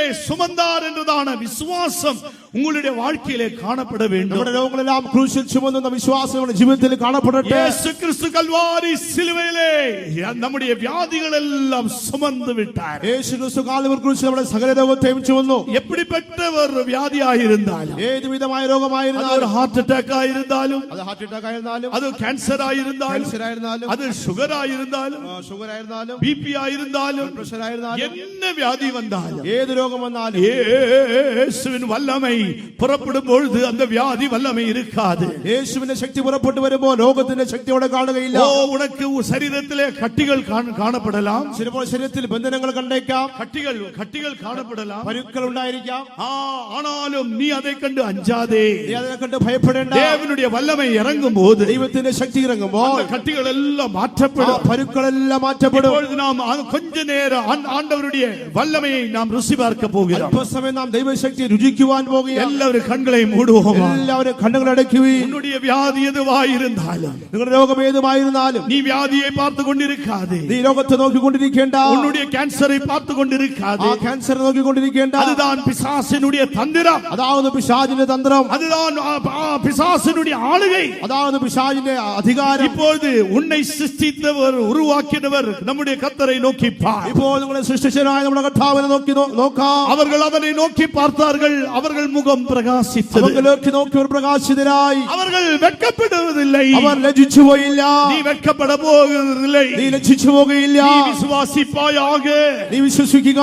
வல்லமை, ஆண்டவருடைய வல்லமை இறங்கிக் கொண்டிருக்கிறது. ദൈവത്തിന്റെ ശക്തി ഇറങ്ങിക്കൊണ്ടേയിരിക്കുന്നു. இயேசு உன்னை தொடுகிறார். യേശു നിന്നെ തൊടുന്നു. இயேசு உன்னை தொடுகிறார். യേശു നിങ്ങളെ തൊടുന്നു. அவருடைய வல்லமை, അവരുടെ ശക്തി, அவருடைய வல்லமை അവരുടെ ശക്തി உன் சரீரத்திலே பாய்ந்து கொண்டிருக்கிறது. നിങ്ങളുടെ ശരീരത്തിൽ പാഞ്ഞുകൊണ്ടേയിരിക്കുന്നു. விசுவாசிக்கிறவர்கள் அந்த வல்லமையை பெற்றுக்கொள்ளுங்கள். വിശ്വസിക്കുന്ന ശക്തിയെ പ്രാപിക്കുകയും வேடிக்கை பார்த்து கொண்டிருக்காது. നിങ്ങൾ കാഴ്ചക്കാരെ പോലെ ഇരിക്കേണ്ട. வேடிக்கை பார்த்து கொண்டிருக்கிற நேரம் அல்ல. കാഴ്ച നോക്കിക്കൊണ്ടിരിക്കുന്ന സമയമല്ല ഇത്. வல்லமை தொடட்டும். ശക്തി തുടട്ടെ. என்னை உயிர்ப்பித்த அந்த வல்லமை, എന്നെ ഉയർപ്പിച്ച ആ ശക്തി, என்னை உயிர்ப்பித்த அந்த வார்த்தை എന്നെ ഉയർപ്പിച്ച ആ വചനം இன்று இரவும் கூட ഈ രാത്രിയിൽ കൂടെ உன்னை உயிர்ப்பிக்க வல்லமை உள்ளதாய் காணப்படுகிறது. നിങ്ങളെ ഉയർപ്പിക്കുവാൻ കാരണമായിരിക്കുന്നു. இப்படி அல்ல, வல்லமைக்கு ஒப்புடுங்க. ഇങ്ങനെയല്ല, ശക്തിക്ക് ഇടം കൊടുക്കുവീൻ. வானத்திலிருந்து பரிசுத்தாவி வரும் என்று நீ காத்திருக்க வேண்டாம். ആകാശത്തിന് ശക്തി വരുമെന്ന് കാത്തിരിക്കേണ്ട.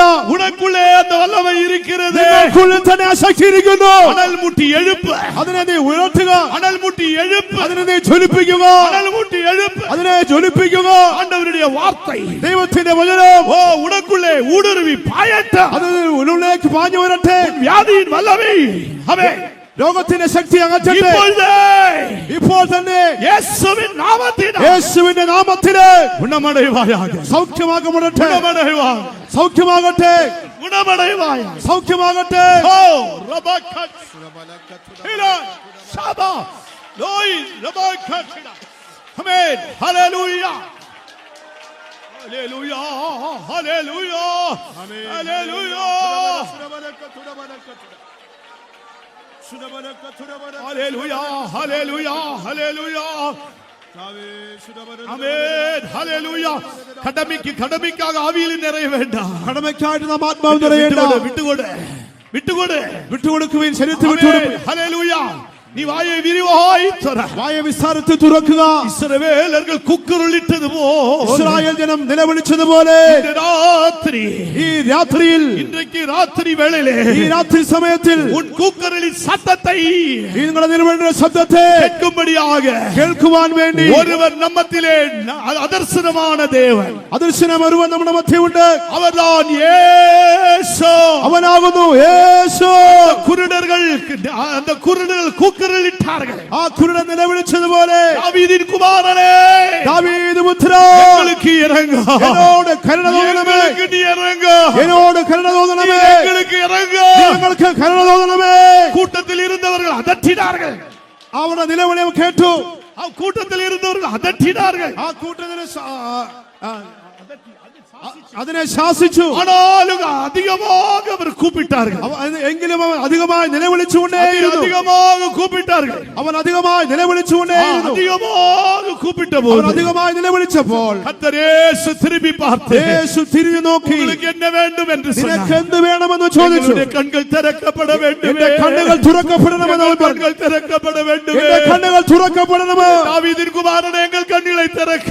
ദാവീദ് പുത്രാ, എന്റെ കണ്ണിനെ തുറക്കണമേ. அந்த இயேசு, ആ യേശു, அதர்சனமுள்ள இயேசு, ആ അദൃശ്യനായ യേശു இப்போது உன்னுடைய இருதயத்தின் வேண்டுதல்களை கண்டுகொண்டிருக்கிறார். നിങ്ങളുടെ ഹൃദയത്തിന്റെ ആഗ്രഹത്തെ உன்னை കണ്ടുകൊണ്ടേയിരിക്കുന്നു. குணமாக்கும்படியாக, നിന്നെ உன்னை സൗഖ്യമാക്കുവാൻ, விடுதலையாக்கும்படியாக, നിന്നെ വിടുവിക്കുവാൻ, உன்னுடைய வியாதியின் கட்டுகளை அவிழ்க்கும்படியாக രോഗത്തിന്റെ കെട്ടുകളെ അഴിക്കുവാൻ இயேசுவின் நாமத்திலே യേശുവിന്റെ നാമത്തില് விடுதலை பெற்றுக்கொள். വിടുതലെ പ്രാപിക്കുവീൻ.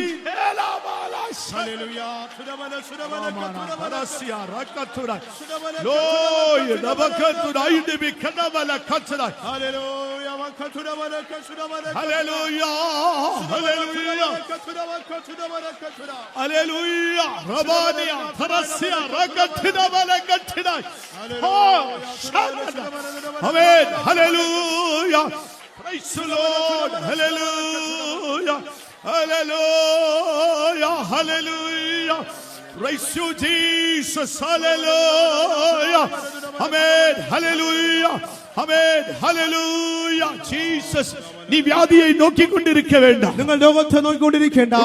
உன்னுடைய சர்க்கரை வியாதியின் அளவை நோக்கி கொண்டிருக்க வேண்டாம். നിങ്ങളുടെ ആ ഷുഗർ രോഗത്തെ നോക്കിക്കൊണ്ടിരിക്കേണ്ട.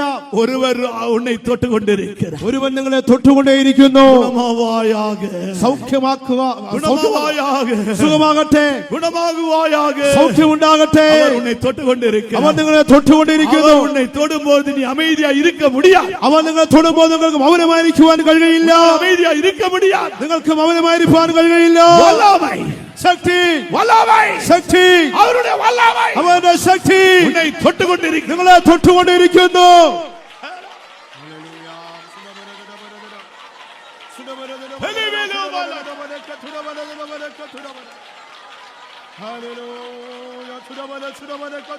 Hallelujah, hallelujah, hallelujah.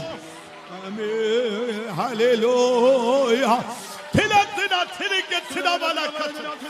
Hey, namai dibikada balakatna. Amen. Hallelujah. Gunamane, nan gunamane, gunamane, nan gunamane. Yesuvin തഴമ്പുകളാ, യേശുവിൻ തഴമ്പുകളാ, ഗുണമാനേ nan gunamane. Amen. ഗുണമാനേ ഗുണമാനേ, യേശുവിൻ തഴമ്പുകളാ, യേശുവിൻ തഴമ്പുകളാ, ഗുണമാനേ ഗുണമാനേ ഗുണമാനേ യേശുവിൻ തഴമ്പുകളാ, യേശുവിൻ തഴമ്പുകളാ, ഗുണമാനേ ഗുണമാനേ ഗുണമാനേ യേശുവിൻ തഴമ്പുകളാ, യേശുവിൻ തഴമ്പുകളാ, യേശുവിൻ തഴമ്പുകളാ, യേശുവിൻ തഴമ്പുകളാ. Amen. Hallelujah. Hallelujah. Hallelujah. Hallelujah. Hey, get the balakatnai. Hey, get the barapais. Hey. Ramana Darasia Ragatna. Hallelujah. Hallelujah. Praise the Lord. Hallelujah. Praise you, Jesus. Amen. Hallelujah. Hallelujah. Hallelujah. Hallelujah. Amen. Amen. ஆவியிலே குணமாக்கப்பட்டவர்கள், நான் விடுதலையாக்கப்பட்ட ஆவியிலே உணர்வுகள் கரங்களை உயர்த்தி அல்லேலூயா சொல்லுவோமா? ഞാൻ വിടുവിക്കപ്പെട്ടു എന്ന് ആത്മാവിൽ അറിയുന്നവർ കരങ്ങൾ ഉയർത്തി ഒരു ഹല്ലേലൂയ പറയാമോ? ഹല്ലേലൂയ. ഇനി സന്ദേഹമേ இல்லை, ഇനി സംശയമേ ഇല്ല, ഇനി സന്ദേഹപ്പെടக்கூடாது, ഇനി സംശയിക്കരുത്. യേശു എന്നെ ഗുണമാക്കിനാർ, യേശു എന്നെ സൗഖ്യമാക്കി. ഓ യേശു എന്നെ ഗുണമാക്കിനാർ, യേശു എന്നെ സൗഖ്യമാക്കി. ഞാൻ യേശുവിനാൽ വിടുതலை பெற்றுக்கொண்டேன், ഞാൻ യേശുവിനാൽ വിടുവിക്കപ്പെട്ടു. ஆனபடியால் அருமையானவர்களே, நாம் விசுவாசிக்க வேண்டும் ஒரு சத்தியம். இயேசு கிறிஸ்து கல்வாரி சிலுவையிலே என் வியாதிகளை எல்லாம் சுமந்து தீர்த்தார். പ്രിയമുള്ളവരെ, നാം വിശ്വസിക്കേണ്ടതായ ഒരു സത്യം, നമ്മുടെ കർത്താവായ യേശു ക്രിസ്തു കാൽവരി ക്രൂശിൽ നമ്മുടെ രോഗത്തെ എല്ലാം ചുമന്നു. എബ്രായ നിരുപത്തിലെ നാം വാസിക്കുമ്പോൾ, എബ്രായ ലേഖനത്തിൽ വായിക്കുമ്പോൾ இரண்டாம் அதிகாரத்திலே நாம் என்ன வாசிக்கிறோம்? രണ്ടാം അധ്യായത്തിൽ നാം എന്ത് വായിക്കുന്നു? தேவனுடைய கிருபையினால் ஒவ்வொருவருக்காகவும் மரணத்தை ருசி பார்க்கும்படிக்கு ദൈവത്തിന്റെ കൃപയാൽ ഓരോരുത്തർക്കും വേണ്ടി മരണത്തെ രുചിച്ചു നോക്കിയവൻ, தேவதூதரிலும் சற்று சிறியவராக்கப்பட்டிருந்த ദൈവദൂതന്മാരിലും അല്പം ചെറിയവനായിട്ട് യേശു മരണത്തെ ഉത്തരിച്ച നിമിത്തം, യേശു മരിച്ച നിമിത്തമായിട്ട് മഹിമിനാൽ ഘനത്തിനാലും മുടിസൂട്ടപ്പെട്ടതായി കാണുகிறோம். മഹത്വത്തിനാലും തേജസ്സിനാലും എങ്കിലും ദൈവകൃപയാൽ എല്ലാവർക്കും വേണ്ടി മരണം ആസ്വദിപ്പാൻ ദൂതന്മാരിലും അല്പം ഒരു താഴ്ച വന്നവനായ യേശു മരണം അനുഭവിച്ചതുകൊണ്ട് അവനെ മഹത്വവും ബഹുമാനവും അണിഞ്ഞവനായി നാം കാണുന്നു. അപ്പൊ അങ്ങേ അവർ മരണത്തെ അവർ പരിഹരിത്താർ. അവിടെ മരണത്തെ പരിഹരിച്ചു. പിള്ളകൾ മാംസരക്തങ്ങളായി ഉടയവരായി ഇരിക്കുന്നത് പോലെ മക്കൾ ജഡരക്തങ്ങളോടുകൂടെ ആയതുകൊണ്ട് അവരും അവരെ പോലെ മാംസരക്തം ഉടയവരായി ഇരുന്ന് അവനും അവരെ പോലെ ജഡരക്തങ്ങളോടുകൂടെ വന്നു. എന്നെ ചെയ്താർ, എന്തു ചെയ്തു? പിശാസിൻ തലയെ അവർ അടിത്തു വിട്ടാർ. പിശാചിന്റെ തലയെ അവൻ നശിപ്പിച്ചു. സിലുവയിലെ പിശാസിൻ തലയെ നസുക്കി വിട്ടാർ. ക്രൂശിൽ പിശാചിന്റെ തലയെ അവൻ തകർത്തു. സിലുവയിലെ പിശാസിൻ തലയെ നസുക്കി വിട്ടാർ. ക്രൂശിൽ പിശാചിന്റെ തലയെ തകർത്തു. മരണത്തിന്റെ അധികാരിയായ പിശാസை, മരണത്തിന്റെ അധികാരിയായ പിശാചിനെ തമ്മുடைய മരണത്തിനാൽ അഴിക്കുംപടിക്ക്, തന്റെ മരണത്താൽ നശിപ്പിക്കുവാൻ, ജീവകാലമെല്ലാം മരണഭയത്തിനാൽ അടിമകളായി ഇരുന്നവരെ, ജീവകാലമെല്ലാം മരണഭയത്താൽ അടിമകളായിരുന്നവരെ എല്ലാവരെയും, ഒരാൾ മാത്രമല്ല, ക്രിസ്ത്യാനികൾ മാത്രമല്ല, എല്ലാവരെയും விடுதலை பண்ணும்படியாக அப்படியே ஆனார் என்று எபிரேயர் 2ஆம் அதிகாரம் 14-15 വസനങ്ങളെ വാസിக்கிறோം. എല്ലാവരെയും വിടുവിക്കുവാൻ വേണ്ടി അങ്ങനെ ആയിരുന്നു എബ്രായ ലേഖനം 2ആം അധ്യായത്തിന്റെ 14-15 വാക്യത്തിൽ യേശു ക്രിസ്തു മരണത്തിൻ അധികാരിയായ പിശാസை തമ്മുடைய മരണത്തിനാൽ അവർ അഴിத்தார். യേശു ക്രിസ്തു മരണത്തിന്റെ അധികാരിയായ പിശാചിനെ തന്റെ മരണത്താൽ നീക്കി. அப்படி என்றால் ஏன் நாம் பிசாசுக்கு பயப்பட வேண்டும்? അങ്ങനെയെങ്കിൽ നാം എന്തുകൊണ്ട് പിശാചിനെ ഭയപ്പെടണം? ஏன் நாம் பிசாசுக்கு பயப்பட வேண்டும்? എന്തുകൊണ്ട് നാം പിശാചിനെ ഭയപ്പെടണം? 1 യോഹന്നാൻ 3ആം അധികാരത്തിലെ നാം വാസിക്കുമ്പോൾ, 1 യോഹന്നാൻ 3ആം അധ്യായത്തിൽ വായിക്കുമ്പോൾ അവിടെ നാം എന്ത് വായിക്കുന്നു? 3ആം അധികാരത്തിലെ കർത്താവായ യേശു ക്രിസ്തു വെളിപ്പെട്ടത് പിശാസിനുடைய கிரியைகளை அழிக்கும்படியாக. കർത്താവായ യേശു ക്രിസ്തു പ്രത്യക്ഷപ്പെട്ടത് പിശാചിന്റെ പ്രവൃത്തികളെ അഴിപ്പാൻ. അതേ വാസികൾ 3ആം അധികാരം 8ആം വസനം. പിശാച് ആദ്യം മുതൽ പാപം ചെയ്യുന്നുവല്ലോ, പിശാചിന്റെ പ്രവൃത്തികളെ അഴിപ്പാൻ തന്നെ ദൈവപുത്രൻ പ്രത്യക്ഷനായി. பாவம் செய்கிறவன் பிசாசினால் உண்டாயிருக்கிறான், ஏனெனில் பிசாசானவன் ஆதி முதல் பாவம் செய்கிறான். பிசாசினுடைய கிரியைகளை அழிக்கும்படிக்கு தேவனுடைய குமாரன் வெளிப்பட்டார். பிசாசினுடைய கிரியைகளை அழிக்கும்படி தேவகுமாரன் வெளிப்பட்டார். പിശാചിന്റെ പ്രവൃത്തി അഴിപ്പാൻ മനുഷ്യപുത്രൻ പ്രത്യക്ഷനായി. பிசாசுக்கு அதிகாரமும் வல்லமையும் இல்லை, പിശാചിന് അധികാരവും ശക്തിയും ഇല്ല. அப்படி என்றால் பிசாசு இந்த உலகத்திலே அவன் அதிகாரத்தை காட்டுகிறானா? അങ്ങനെയെങ്കിൽ പിശാചി ലോകത്തിൽ അധികാരത്തെ കാണിക്കുന്നുവോ? பிசாசுக்கு வல்லமை இருக்கா? പിശാചിന് അധികാരമുണ്ടോ? இருக்கா இல்லையா? ഉണ്ടോ ഇല്ലയോ? இல்லைன்னு சொல்றோம் கையில உயர்த்து. ഇല്ല എന്ന് പറയുന്നവർ കരം ഉയർത്തുവിൻ. ഉണ്ട് என்று சொல்றவர்கள் കൈ ഉയർത്തി. ഉണ്ടെന്ന് പറയുന്നവർ കരത്തെ ഉയർത്തുവിൻ. രണ്ടത്തുക്കും நான் என்ன செய்வேன்? பிசாசுக்கு வல்லமை இருக்கிறது, പിശാചിനും ശക്തിയുണ്ട്, ஆனால் அதிகாரம் இல்லை. എന്നാൽ അധികാരമില്ല. மீட்கப்பட்டதான ஒரு தேவனுடைய பிள்ளைக்கு மேல அதிகாரம் இல்லை. വീണ്ടെടുക്കപ്പെട്ടതായ ഒരു ദൈവ പൈതലിന്റെ മേൽ അധികാരമില്ല. அவனுக்கு வாளுக்கு ஜீவன் இருக்கிறது, ஆனால் நம்மேல் ஆளுகை செய்யும்படியாக அதிகாரம் இல்லை. അവന്റെ വാലിൽ ജീവനുണ്ട്, പക്ഷെ നമ്മുടെ മേൽ നമ്മെ ഭരിക്കുവാൻ അവന് അധികാരമില്ല. பிசாசுக்கு வல்லமை அதிகாரம் இல்லை. പിശാചിന് ശക്തിയും അധികാരവും ഇല്ല. ஏனென்றால் நம்முடைய தேவன் இயேசு சர்வ வல்லமை உள்ள தேவன். കാരണം നമ്മുടെ കർത്താവായ യേശു സർവശക്തിയുള്ളവനായ ദൈവമാണ്. സാധാരണ ദേവനല്ല, സർവ വല്ലമേ ഉള്ള ദേവൻ. അവൻ സാധാരണ ദൈവമല്ല, അവൻ സർവശക്തിയുള്ളവനായ ദൈവം. എപ്പോഴും നാം വേദാഗമത്തെ വാസിച്ച് വിളങ്ങിക്കൊള്ള വേണം. എപ്പോഴും വചനത്തെ വായിച്ച് നാം ഇത് ഗ്രഹിക്കണം. നമ്മുടെ ദേവൻ സർവ വല്ലമേ ഉള്ള ദേവൻ. നമ്മുടെ ദൈവം സർവശക്തനായ ദൈവമാകുന്നു. പിശാച് വല്ലമേ ഉള്ളവൻ, ஆனால் നമ്മുടെ ദേവൻ സർവ വല്ലമേ ഉള്ളവൻ. പിശാച് ശക്തിയുള്ളവൻ, എന്നാൽ നമ്മുടെ ദൈവമോ സർവശക്തിയുള്ളവനായ ദൈവം. പിശാച് എന്നാൽ അവൻ പോയി വിടുവാൻ. പിശാച് എന്ന് പറഞ്ഞാൽ അവൻ പോകും. யார் சொன்னால் போய் விடுவான்? ആര് പറഞ്ഞാൽ അവൻ പോകും. அக்கிரமம் இல்லாமல் ஜீவிக்கிறவர்கள் சொன்னால் அவன் போய் விடுவான். അതിക്രമങ്ങളില്ലാതെ ജീവിക്കുന്നവൻ പറഞ്ഞാൽ അവൻ പോകും. அக்கிரம சிந்தை இல்லாது இருக்கிறவர்களுக்கு அவர்கள் சொன்னால் போய் விடுவான். അതിക്രമ ചിന്തകളില്ലാത്ത ഉള്ളവർ പറഞ്ഞാൽ അവൻ പോകും. இங்கே வேதாகமத்திலே நாம் வாசிக்கிறோம், அக்கிரமங்களை மன்னிக்கிற தேவன். വചനത്തിൽ വായിക്കുന്നു, അതിക്രമങ്ങളെ ക്ഷമിക്കുന്നതിന് ദൈവം. நம்முடைய அக்கிரமங்களை மன்னிக்கிறதான தேவன். നമ്മുടെ അക്രമങ്ങളെ അതിക്രമങ്ങളെ ക്ഷമിക്കുന്നതിനായ ദൈവം. அக்கிரமங்களை மன்னிக்கிற தேவன் என்றால் தேவனுடைய நாமத்தை, இயேசுவின் நாமத்தை உயர்த்தி பிடிக்கிறவர்கள், அவர்கள் அக்கிரமம் இருக்கக்கூடாது. അക്രമം ക്ഷമിക്കുന്നു പറയുമ്പോൾ യേശുവിന്റെ നാമത്തെ ഉയർത്തി പിടിക്കുന്നവരുടെ ജീവിതത്തിൽ അക്രമം കാണുവാൻ പാടില്ല. അക്രമം കാണപ്പെടக்கூடாது. അത് കാണുവാൻ, അതിക്രമം കാണുവാൻ പാടില്ല. ആണവടിയാൽ പിശാചിൻ വല്ലമകൾ നമ്മെ ജയിപ്പതിல்லை.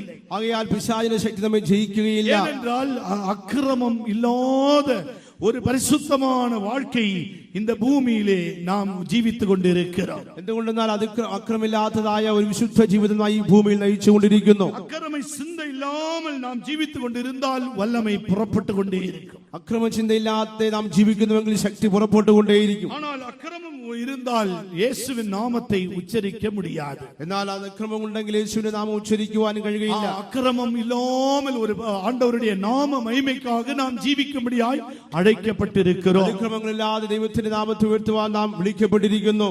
உங்கள் நோய்கள் எல்லாம் அவர் குணமாக்குவார் என்று சொல்லப்பட்டிருக்கு. നിങ്ങളുടെ രോഗങ്ങളെല്ലാം സൗഖ്യമാക്കുന്നുവെന്ന് ഇവിടെ പറയുന്നു. அக்கிரமங்கள் எல்லாம் மன்னிக்கிற தேவன், അകൃത്യങ്ങളെ ക്ഷമിക്കുന്ന ദൈവം. வாசிக அக்கிரமம் உள்ளவர்கள், இயேசுவின் நாமத்தை தரித்தவர்கள் அக்கிரமம் இருக்கக்கூடாது. வேதாகமத்தில் வசனம் இருக்கிறது. യേശുവിന്റെ നാമം ഉച്ചരിക്കുന്ന അനീതി വിട്ട് അകന്നുകൊള്ളട്ടെ എന്ന വചനത്തിൽ വായിക്കുന്നു.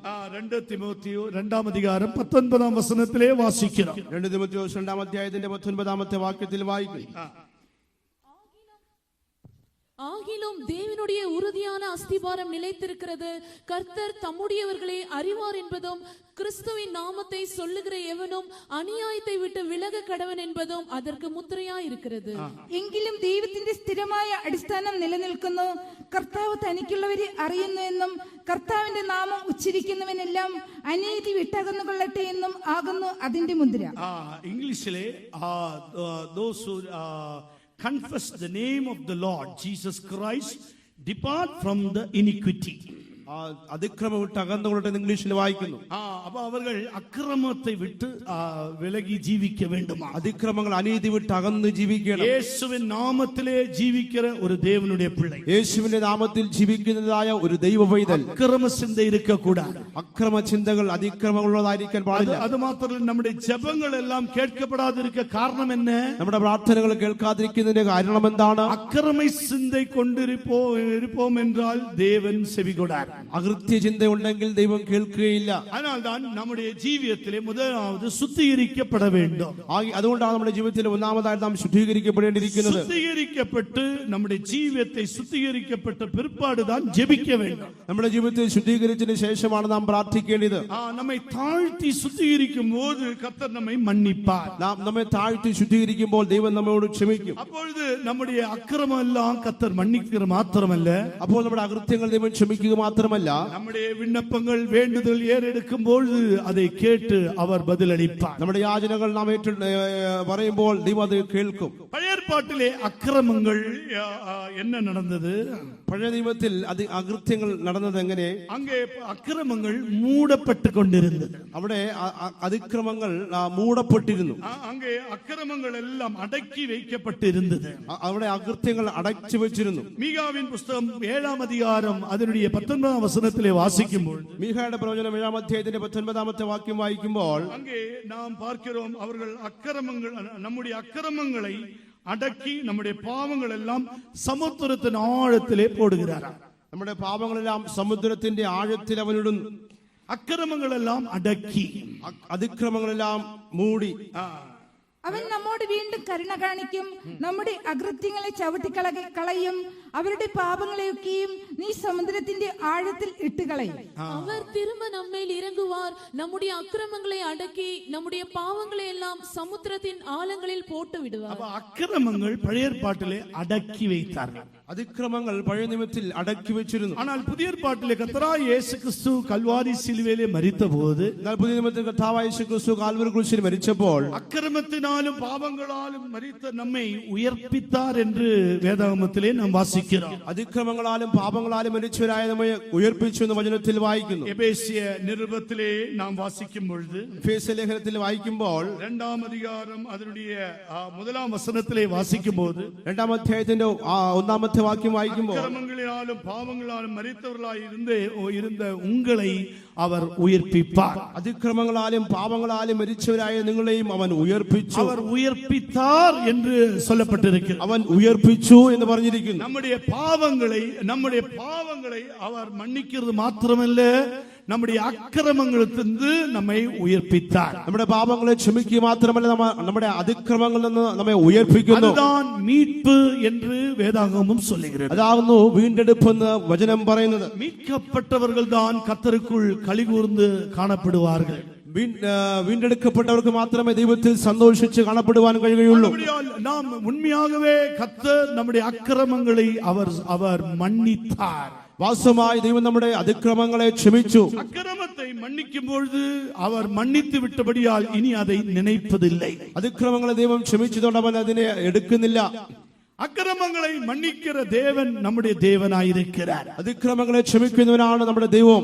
அக்கிரமக்காரர் ஒருவராக அவர் எண்ணப்பட்டார் என்று യേശയ്യാവിൻ പുസ്തകം 53-ാം அதிகாரத்திலே നാം വാസിക്കുന്നു. യെശയ്യാവിന്റെ പുസ്തകം 53-ാം അധ്യായത്തിൽ വായിക്കുമ്പോൾ കർത്താവായ യേശുവിനെ ഒരു അതിക്രമക്കാരനെ പോലെ എണ്ണി എന്ന് വായിക്കുന്നു. 53-ാം அதிகாரம் 12-ാം വസനത്തിലെ വാസിക്കുമ്പോൾ 53-ന്റെ 12-ാമത്തെ വാക്യം വായിക്കുമ്പോൾ അക്രമക്കാരർ ഒരുവരാக അവർ എണ്ണപ്പെട്ടാർ. ഒരു അതിക്രമക്കാരനെ പോലെ അവന് കാണപ്പെട്ടു.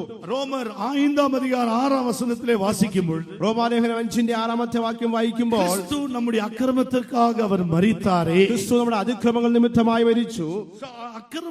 അക്രമം മன்னிக்கிற தேவன் മാത്രമല്ല, നമ്മുടെ നോയ്കളെയും ഗുണമാക്കുகிறார். നമ്മുടെ അതിക്രമങ്ങളെ ക്ഷമിക്കുക മാത്രമല്ല, നമ്മുടെ രോഗങ്ങളെയും സൗഖ്യമാക്കുന്നു. നോയ്കളെ ഗുണമാക്കുகிறார் என்று சொல்லும்போது குணமாக்குற அனுபவத்தை குறித்து நாம் படிக்கும் பொழுது, രോഗങ്ങളെ സൗഖ്യമാക്കിയ അനുഭവത്തെ കുറിച്ച് നാം പഠിക്കുമ്പോൾ, முதலாவது நம்முடைய சரீரத்திலே அவர் குணமாக்குகிறார். ഒന്നാമത് നമ്മുടെ ശരീരത്തെ ദൈവം സൗഖ്യമാക്കുന്നു.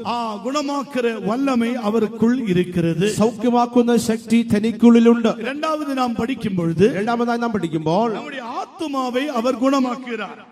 നമ്മുടെ ആത്മാവിനെ അവൻ സൗഖ്യമാക്കുന്നു. எப்படி நம்முடைய ആത്മാவை ഗുണമാക്കുகிறார்? എപ്രകാരം നമ്മുടെ ആത്മാവിനെ സൗഖ്യമാക്കുന്നു? 41-ാം സംഗീതം 4-ാം വസനത്തിലെ വാസിക്കുമ്പോൾ, 41-ാം സങ്കീർത്തനത്തിന്റെ 4-ാമത്തെ വാക്യം വായിക്കുമ്പോൾ, அங்கே நாம் என்ன வாசிக்கிறோம்? അവിടെ നാം എന്ത് വായിക്കുന്നു? கர்த்தாவே, வாசிங்க. கர்த்தாவே, என்மேல் இரக்கமாயிரும், உமக்கு விரோதமாய் பாவம் செய்தேன், என் ஆத்துமாவை குணமாக்கும் என்று நான் சொன்னேன். യഹോവേ, എന്നോട് കൃപ തോന്നി എന്നെ സൗഖ്യമാക്കണമേ, നിന്നോടല്ലോ ഞാൻ പാപം ചെയ്തത് എന്ന് ഞാൻ പറഞ്ഞു. இங்கே ஆத்துமாவை குணமாக்க வல்லமை உள்ளவர் நம்முடைய தேவன். ആത്മാവിനെ സൗഖ്യമാക്കുവാൻ ശക്തിയുള്ളവനാകുന്നു നമ്മുടെ ദൈവം. கர்த்தாவே, என்மேல் இரக்கமாயிரும். കർത്താവേ, എന്നോട് കൃപ തോന്നണമേ. உமக்கு விரோதமாக பாவம் செய்தேன். നിന്നോടല്ലോ ഞാൻ പാപം ചെയ്തത്. அதாவது ആത്മാവിലെ പാപം ചെയ്തபടിയാൽ ആത്മാവിൽ പാപം ചെയ്യുന്ന നിമിത്തമായിട്ട് ആണ്ടവരേ ആത്മാவை குணமாக்க வேண்டுமே. ദൈവമേ ആത്മാവിനെ സൗഖ്യമാക്കണമേ. மனிதனை தேவன் சிருஷ்டித்த போது മനുഷ്യനെ ദൈവം സൃഷ്ടിച്ചപ്പോൾ ஆவி மனதிலே வைத்தார், ആത്മാവിനെ മനസ്സിൽ വെച്ച് ஆத்மா இருதயத்திலே வைத்தார், ആത്മാവിനെ ഹൃദയത്തിൽ വെച്ചു, ശരീരത്തെയും സൃഷ്ടിத்தார். ശരീരത്തെയും സൃഷ്ടിച്ചു. மனிதன் இப்பொழுது தேவனை அறிந்து கொண்ட பிற்பாடு മനുഷ്യൻ ദൈവത്തെ അറിഞ്ഞതിനു ശേഷം ஆவியிலே கர்த்தரை நோக்க வேண்டும், ആത്മാവിൽ ദൈവത്തെ കാണണം, இருதயத்திலே கர்த்தராய் இயேசு கிறிஸ்து வாசம் செய்ய வேண்டும், ഹൃദയത്തിൽ കർത്താവായ യേശുക്രിസ്തു വാസം ചെയ്യണം, ശരീരത്തിലെ ஆண்டவரை மகிமைப்படுத்த வேண்டும். ശരീരം കൊണ്ട് ദൈവത്തെ മഹത്വപ്പെടുത്തണം. இந்த நோக்கத்தின்படிதான் கர்த்தர் மனிதனை பூமியிலே உருவாக்கினார். ഈ ഉദ്ദേശത്തോടു കൂടി ആകുന്ന ദൈവ മനുഷ്യനെ ഭൂമിയിൽ ഉരുവാക്കിയത്. ஆனால் பிசாசோ என்ன செய்கிறான்? എന്നാൽ പിശാച് എന്ത് ചെയ്തു? ஆத்துமாவுக்கு மரணத்தை கொண்டு வரும்படியாக விரும்புகிறான். ആത്മാവിൽ മരണത്തെ കൊണ്ടുവരുവാൻ നോക്കുന്നു. அதாவது இருதயத்திலே மரணத்தை கொண்டு வரும்படியாக விரும்புகிறான். ഹൃദയത്തിൽ മരണത്തെ കൊണ്ടുവരുവാൻ നോക്കുന്നു. இருதயத்திலே மரணம் என்றால் சொல்லும்போது அது ஆத்தும மரணம் என்று வேதாகமம் சொல்லுகிறது. ഹൃദയത്തിൽ മരണം എന്ന് പറയുമ്പോൾ അത് ആത്മാവിന്റെ മരണം എന്ന് പറയുന്നു. ஆத்தும மரணத்தை குறித்து நாம் படிக்கும் பொழுது, ആത്മാവിന്റെ മരണത്തെ കുറിച്ച് നാം പഠിക്കുമ്പോൾ, ஆத்துமாவிலே ஒரு மனிதனுக்கு மரணம் சம்பவிக்கும் பொழுது, ആത്മാവിൽ ഒരു മനുഷ്യന് മരണം സംഭവിക്കുമ്പോൾ அவன் தேவனை நேசிக்க முடியாது, അവൻ ദൈവത്തെ സ്നേഹിക്കുവാൻ കഴിയുകയില്ല. அவன் தேவனை நேசிக்க அவனால் கூடாத ஒரு காரியம். ദൈവത്തെ സ്നേഹിക്കാൻ അവന് അസാധ്യമായ ഒരു കാര്യമായി തീരുന്നു. இன்றைக்கு இரவு வேளையிலே உங்கள் ஆத்துமாவிலே மரணம் சம்பவித்து விட்டதா? ഈ സന്ധ്യാസമയത്ത് ഈ രാത്രിയിൽ നിങ്ങളുടെ ആത്മാവിൽ മരണം സംഭവിച്ചുവോ? எப்படி அதை விளங்கிக் கொள்ளலாம்? എങ്ങനെ അതിനെ മനസ്സിലാക്കുവാൻ எப்படி കഴിയും? அதை குறித்து நாம் புரிந்து கொள்ளலாம்? അതിനെ കുറിച്ച് നാം എങ്ങനെ മനസ്സിലാക്കും? உன் ஆத்துமாவிலே மரணம் சம்பவித்தால், നിങ്ങളുടെ ആത്മാവിൽ മരണം സംഭവിച്ചാൽ தேவனுடைய வசனம் வார்த்தைகளை கேட்கும் பொழுது உனக்கு வெறுப்பாய் மாற்றும். ദൈവത്തിന്റെ വചനത്തെ കേൾക്കുമ്പോൾ നിങ്ങൾക്ക് വെറുപ്പുണ്ടാകും. ஆத்துமா மரணம் சம்பவித்த ஒரு நபருடைய அனுபவம் அப்படிதான் இருக்கும். ആത്മാവിൽ മരണം സംഭവിച്ച ഒരു വ്യക്തിയുടെ അനുഭവം അപ്രകാരമായിരിക്കും. ஆத்துமா மரணத்தை அடைந்த ஒரு நபருடைய அனுபவம், அவன் தேவ வார்த்தைகளை கேட்கும் பொழுது எழுந்து ஓடிக்கொண்டே இருப்பான். ആത്മാവിൽ മരണം സംഭവിച്ചതായ ഒരു മനുഷ്യന്റെ അവസ്ഥ ദൈവത്തിന്റെ വചനത്തെ കേൾക്കുമ്പോൾ എഴുന്നേറ്റ് ഓടിക്കളയും. நான் ஒரு கூட்டத்தை நடத்தி கொண்டிருந்தேன். ഞാൻ ഒരു മീറ്റിംഗ് നടത്തിക്കൊണ്ടിരുന്നു. திடீரென்று நான் அந்த கூட்டத்திலே ஒரு கோரஸை பாடினேன். പെട്ടെന്ന് ഞാൻ ആ കൂട്ടത്തിൽ ഒരു കോറസ് പാടി. அது ஒரு மரணப்பாட்டு. അതൊരു മരണപ്പാട്ടായിരുന്നു. தூத சங்கமாகவே என்னை எதிரேற்பான், ദൂതസംഘമാകവേ എന്നെ എതിരേൽക്കുവാൻ. அப்போ ஏறே நாளாய் ஞான் காத்து அந்த அனுபவத்தை பாடிக்கொண்டு இந்த தூத சங்கமாகவே பாடும்போது 5-6 பேர் எழுந்து ஓடிவிட்டார்கள். ഈ പാട്ട് പാടുമ്പോൾ 5-6 പേർ എഴുന്നേറ്റ് ഓടിക്കളഞ്ഞു. கூட்டம் முடித்த பிற்பாடு കൂട്ടം തീർന്നതിന് ശേഷമായിട്ട് அந்த சகோதரர்களை கூப்பிட்டேன். ഈ സഹോദരന്മാരെ വിളിച്ചു. ஏன் எழுந்து ஓடினீர்கள்? എന്തുകൊണ്ട് എഴുന്നേറ്റ് പോയി? ஐயோ மரண பயம், எழுந்து ஓடிவிட்டோம். நீங்கள் அது சாவு பாட்டு பாடினீர்களே. മരണഭയ നിമിത്തമായി നിങ്ങൾ ആ മരണപ്പാട്ട് പാടിവിട്ടല്ലോ. இன்றைக்கும் மனிதர்கள் அப்படிதான். ഇന്ന് മനുഷ്യർ അപ്രകാരമാണ്. தேவசமூகத்து வந்து ஒரு சாவு பாட்டு பாடுங்க, இது என்ன உபதேசிக்கு? ദൈവത്തിന് വരുമ്പോൾ മരണപ്പാട്ട് പാടും. എന്താ ഉപദേശിക്കുക? அவர் நல்லதான் இருந்தார். നന്നാട്ടല്ലേ വരുന്നത്? எப்படியோ பிரஷர் ஏறிவிட்டு அதுதான் பாட்டு. എങ്ങനെയോ പ്രഷർ കയറിപ്പോ இப்படி மனிதர்கள் விசுவாசிகள் ஓடி விடுகிறார்கள். ഇങ്ങനെ മനുഷ്യർ വിശ്വാസികൾ ഓടിപ്പോകുന്നു. மரணம் என்று கேட்கும் பொழுதே பயப்படுகிறார்கள். മരണമെന്ന് കേൾക്കുമ്പോൾ തന്നെ ഭയപ്പെടുന്നു. ஏனென்றால் ஆத்துமாவிலே மரணம் சம்பவிக்கும். എന്തുകൊണ്ടെന്നാൽ ആത്മാവിൽ മരണം സംഭവിച്ചു. ஆத்துமாவிலே மரணம் சம்பவித்த ஒரு நபரை எப்படி தெரியும்? ആത്മാവിൽ മരണം സംഭവിച്ചത് ഒരു വ്യക്തി എങ്ങനെ അറിയാം? அதிக காலையிலே அவர்களுக்கு பைபிளை நீங்க வாசிக்க கொடுங்கள், அவர்கள் ഒരു വസനം വാസിച്ച് அப்படியே നിർത്തി വിടുവാர்கள். അവർക്ക് രാവിലെ വേദപുസ്തകം വായിക്കാൻ കൊടുക്കുകയാണെങ്കിൽ അവർ ഒരു വാക്യത്തെ വായിച്ചിട്ട് അങ്ങനെ നിർത്തിക്കളയും. ஆனால் മനോരമ പേപ്പറെ കൊടുങ്ങൾ, എന്നാൽ മനോരമ പത്രം കൊടുക്കുവിൻ, அப்படியே பார்த்துകൊണ്ടിരുന്നു. അങ്ങനെ നോക്കിക്കൊണ്ടിരിക്കും. അതിലെ മെയിനായി പാർക്കർ മരണ വാർത്ത. അതിൽ പ്രധാനമായിട്ട് നോക്കുന്നത് മരണ ചരമ വാർത്തകൾ. കുമിളിയിൽ ആരെങ്കിലും മരിച്ചിട്ടുണ്ടോ? അത് നല്ല തിരുപ്പി വാസിപ്പാர்கள். അത് വീണ്ടും വീണ്ടും വായിക്കും. ஏனென்றால் அவனுடைய ஆத்துமாவுக்கு தேவையான ஆகாரம் இல்லாதபடியால் അവൻ മരണത്തെ വിരുമ്പുகிறாൻ. അവന്റെ ആത്മാവിന് ശരിയായ ഭക്ഷണമില്ലാത്തതുകൊണ്ട് മരണത്തെ ആഗ്രഹിക്കുന്നു. മരണ செய்திகளை, அதாவது பக்திவர்த்தி அற்றதான செய்திகளை வாசிக்கிறான். ഭക്തിയില്ലാത്തതായ വാർത്തകളെ വായിക്കുന്നു. ചില വിഷയങ്ങൾക്കാக അവൻ പൈത്യം പിടിത്തക്കാരനെ പോലെ കാണപ്പെടുகிறாൻ. ചില വിഷയങ്ങളിൽ ഒരു ഭ്രാന്തനെ പോലെ കാണപ്പെടുന്നു. தேவ சமூகத்துக்கு வருகிறான், பக்தியை காட்டுகிறான். ஆனால் ஒரு 5 நிமிடம் 10 நிமிடம் போல அந்த பக்தியை வெளிப்படுத்த முடியவில்லை. ദൈവസന്നിധി വരുന്ന ഭക്തി കാണിക്കുന്നാൽ 5 നിമിഷം 10 നിമിഷം ആ ഭക്തി കാണിക്കുവാൻ കഴിയുന്നില്ല. ஆனால் தான் அப்போஸ்தலனாகிய பவுல் தீமோத்தேயுவுக்கு எழுதும் பொழுது ആകയാൽ അപ്പോസ്തലനായ പൗലോസ് തിമോഥെയോസിന് എഴുതുമ്പോൾ தேவபக்தியின் வேஷத்தை தரித்துக் கொண்டு ഭക്തിയുടെ വേഷത്തെ ധരിച്ചുകൊണ്ട് இப்படிப்பட்டவர்கள் கடைசி நாட்களிலே வருவார்களாம். ഇങ്ങനെയുള്ളവർ അന്ത്യകാലത്തിൽ എഴുന്നേൽക്കുമെന്ന് പറഞ്ഞു. தேவ வல்லமை அவர்களுக்கு தேவ வல்லமை வேண்டாம், അവർക്ക് ദൈവശക്തി വേണ്ട. தேவபக்தியின் வேஷத்தை தரிக்கிறவர்கள், ദൈവഭക്തിയുടെ വേഷത്തെ അവർ ധരിക്കും. அருமையானவர்களே, இந்த இரவு வேளையிலே പ്രിയമുള്ളവരെ, ഈ രാത്രി സമയത്തിൽ உன்னுடைய ஆத்துமாவின் நிலவரம் எப்படியாய் இருக்கிறது? നിങ്ങളുടെ ആത്മാവിന്റെ നിലവാരം എപ്രകാരമായിരിക്കുന്നു? தேவபக்தியின் வேஷத்தை தரித்துக் கொண்டு அதன் பலனை நீ மறுதலித்துக் கொண்டிருக்கிறாய். ദൈവഭക്തിയുടെ വേഷത്തെ ധരിച്ചുകൊണ്ട് അതിന്റെ ശക്തിയെ ത്യജിക്കുകയാണോ? நீ அப்படி தரித்துக் கொண்டிருப்பாய் என்றால் உன்னுடைய ஆத்துமாவின் நிலவரம் என்ன? നിങ്ങൾ അങ്ങനെ ആയിരിക്കും. നിങ്ങളുടെ ആത്മാവിന്റെ നിലവാരം എങ്ങനെയായിരിക്കും? நாளைக்கு உன் மரணம் உன்னை சரீரப்பிரகாரமாய் மரிக்கும் பொழுது, നാളെ ശരീരപ്രകാരം മരിക്കുന്നുവെങ്കിൽ உன் நித்தியம் எங்கே? നിത്യത എവിടെയായിരിക്കും? ஆனபடியால் இன்று இரவே நம்முடைய ஆத்துமாவுக்கு குணமாக்கும்படியாக நாம் கர்த்தரை நோக்கி கூப்பிடுவோமா? ആകയാൽ ഈ രാത്രി നമ്മുടെ ആത്മാവ് സൗഖ്യമാക്കുവാൻ ദൈവത്തെ നോക്കി നമുക്ക് നിലവിളിക്കാം. கர்த்தாவே, என்னுடைய ஆத்துமாவை மரணத்திலிருந்து என்னை மீட்டுக் கொள்ளும். കർത്താവേ, എന്റെ ആത്മാവിനെ മരണത്തിൽ നിന്ന് വിടുവിക്കണമേ. ஆண்டவரே, என் ஆத்துமாவை பாதாளத்தின் வல்லமையிலிருந்து மீட்டுக் கொள்ளும். കർത്താവേ, എന്റെ ആത്മാവിനെ പാതാളത്തിന്റെ അധീനയിൽ നിന്ന് വിടുവിക്കണമേ. ஆண்டவரே, என்னுடைய ஆத்துமா உம்மை நோக்கி கூப்பிடட்டும். ദൈവമേ, എന്റെ ആത്മാവ് നിന്നെ നോക്കി നിലവിളിക്കട്ടെ. இந்த ஆத்துமாவிலே இயேசு வாசம் பண்ணும்படியாய் விரும்புகிறார். ഈ ആത്മാവിൽ യേശു വാസം ചെയ്യുവാൻ ആഗ്രഹിക്കുന്നു. இந்த ஆத்துமாவிலே அந்த இருதயத்திலே ஆண்டவர் வாசம் பண்ணும்படியாய் விரும்புகிறார். ഈ ആത്മാവിൽ ഹൃദയത്തിൽ ദൈവം വസിക്കുവാൻ ആഗ്രഹിക്കുന്നു. அதனால்தான் சங்கீதக்காரனும் இவ்வாறாக புலம்புகிறார். ആകയാൽ സങ്കീർത്തനക്കാരൻ ഇപ്രകാരം പറയുന്നു. சங்கீதக்காரன் எவ்வாறாக புலம்புகிறான்? സങ്കീർത്തനക്കാരൻ ഇപ്രകാരം നിലവിളിക്കുന്നു. ஆண்டவரே, என்னுடைய ஆத்துமாவை மரணத்திலிருந்து என்னை விடுவிக்க வேண்டும். കർത്താവേ, എന്റെ ആത്മാവിനെ മരണത്തിൽ നിന്ന് വിടുവിക്കണമേ. விடுவிக்கும்படியாக அவன் கதறுகிறான். വിടുവിക്കുവാൻ വേണ്ടി അവൻ നിലവിളിക്കുന്നു. 116 സങ്കീതം 8 വചനത്തിലെ വാസിക്കും பொழுது 116 സങ്കീർത്തനത്തിന്റെ 8ാമത്തെ വാക്യം വായിക്കുമ്പോൾ, என் ஆத்துமாவை மரணத்திற்கும் എന്റെ ആത്മാവിനെ മരണത്തിൽ നിന്നും என் கண்ணை கண்ணீருக்கும் എന്റെ കണ്ണിനെ കണ്ണുനീരിൽ നിന്നും ஓ என் காலை இடருக்கும் தப்புவித்தீ. എന്റെ കാലിനെ വീഴ്ചയിൽ നിന്നും രക്ഷിച്ചിരിക്കുന്നു. அப்போது பாருங்கள், ஆத்துமாவை மரணத்திலிருந்து விடுவிக்கும்படியாக பழைய ஏற்பாட்டிலே சங்கீதக்காரன் கூக்குரலிடுகிறார். പ്രാണനെ മരണത്തിൽ നിന്ന് വിടുവിക്കുവാൻ പഴയ നിയമത്തിൽ സങ്കീർത്തനക്കാരൻ ദൈവത്തെ നോക്കി നിലവിളിക്കുന്നു. இயேசு கிறிஸ்துவை இரட்சகராய் ஏற்றுக்கொண்ட எத்தனையோ பேர் தங்கள் ஆத்துமாவிலே இயேசுவை கூப்பிடுகிறதில்லை. യേശുവിനെ സ്വന്തം രക്ഷിതായി സ്വീകരിച്ച എത്രയോ പേർ യേശുവിനെ നോക്കി നിലവിളിക്കുന്നില്ല. ஆண்டவர் சொல்கிறார், ദൈവം പറയുന്നു, நீ கூக்குரல் இடுவாய் என்றால், നീ നിലവിളിക്കുന്നുവെങ്കിൽ, கூக்குரலோடு என் சமூகத்தில் வருவாய் என்றால், നീ നിലവിളിയോടുകൂടെ എന്റെ സന്നിധിയിൽ വരുന്നുവെങ്കിൽ, நான் உன் ஆத்துமாவை குணமாக்குவேன். ഞാൻ നിന്റെ ആത്മാവിനെ സൗഖ്യമാക്കും. இன்று இரவே கர்த்தர் உன்னுடைய ஆத்துமாவை குணமாக்கும்படியாக கடந்து ഈ வந்திருக்கிறார். രാത്രിയിൽ കർത്താവ് നിങ്ങളുടെ ആത്മാവിനെ സൗഖ്യമാക്കുവാൻ കടന്നു വന്നിരിക്കുന്നു.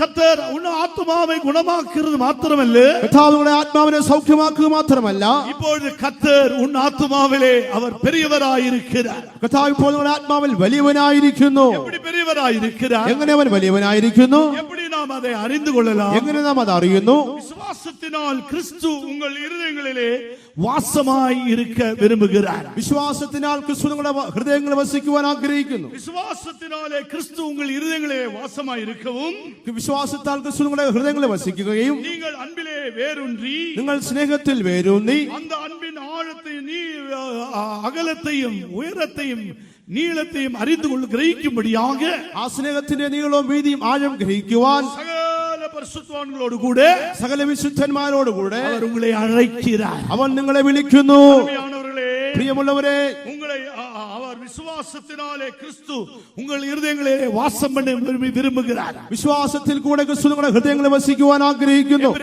എഫേസ്യ നിരുപം 3 അധികാരം 17 വചനത്തിലെ அதை வாசிக்கிறோம். എഫേസ്യ ലേഖനം 3 അധ്യായത്തിന്റെ 17ാമത്തെ വാക്യത്തിൽ നാം അത് വായിക്കുന്നു. கிறிஸ்து நம்ம இருதயங்களை வாசம் பண்ணும்போது, ക്രിസ്തു നമ്മുടെ ഹൃദയങ്ങളിൽ വസിക്കുമ്പോൾ, இருதயத்திலே கிறிஸ்து நம்முடைய விசுவாசத்தினால் இருதயங்களை வாசம் பண்ணும்போது, വിശ്വാസത്തിനാൽ ക്രിസ്തു നമ്മുടെ ഹൃദയത്തിൽ വസിക്കുമ്പോൾ என்ன சம்பவிக்கிறது? എന്ത് സംഭവിക്കുന്നു? அன்பிலே வேரூன்றி காணப்படுகிறார். നിൽക്കുന്നവരായി സ്നേഹത്തിൽ വേരൂന്നി നാം കാണപ്പെടുന്നു. அன்பிலே வேரூன்றி காணப்படுகிறது மாத்திரமில்ல, நிலை நிற்கிற அனுபவத்தையும் காணப்படுகிறது. സ്നേഹത്തിൽ വരുന്ന അനുഭവം മാത്രമല്ല, നിലനിൽക്കുന്നതായ ഒരു അനുഭവത്തെ കാണുന്നു. இயேசு 12 சிஷ்யர்களை தெரிந்தெடுத்த பொழுது കർത്താവായ യേശു 12 ശിഷ്യന്മാരെ തിരഞ്ഞെടുക്കുമ്പോൾ அவர்கள் இயேசுவோடு கூட நடந்தார்கள். അവർ യേശുവിനോടുകൂടെ നടന്നു. இயேசுவோடு ஆகாரம் சாப்பிட்டார்கள். അവർ യേശുവിനോടുകൂടെ ഭക്ഷിച്ചു.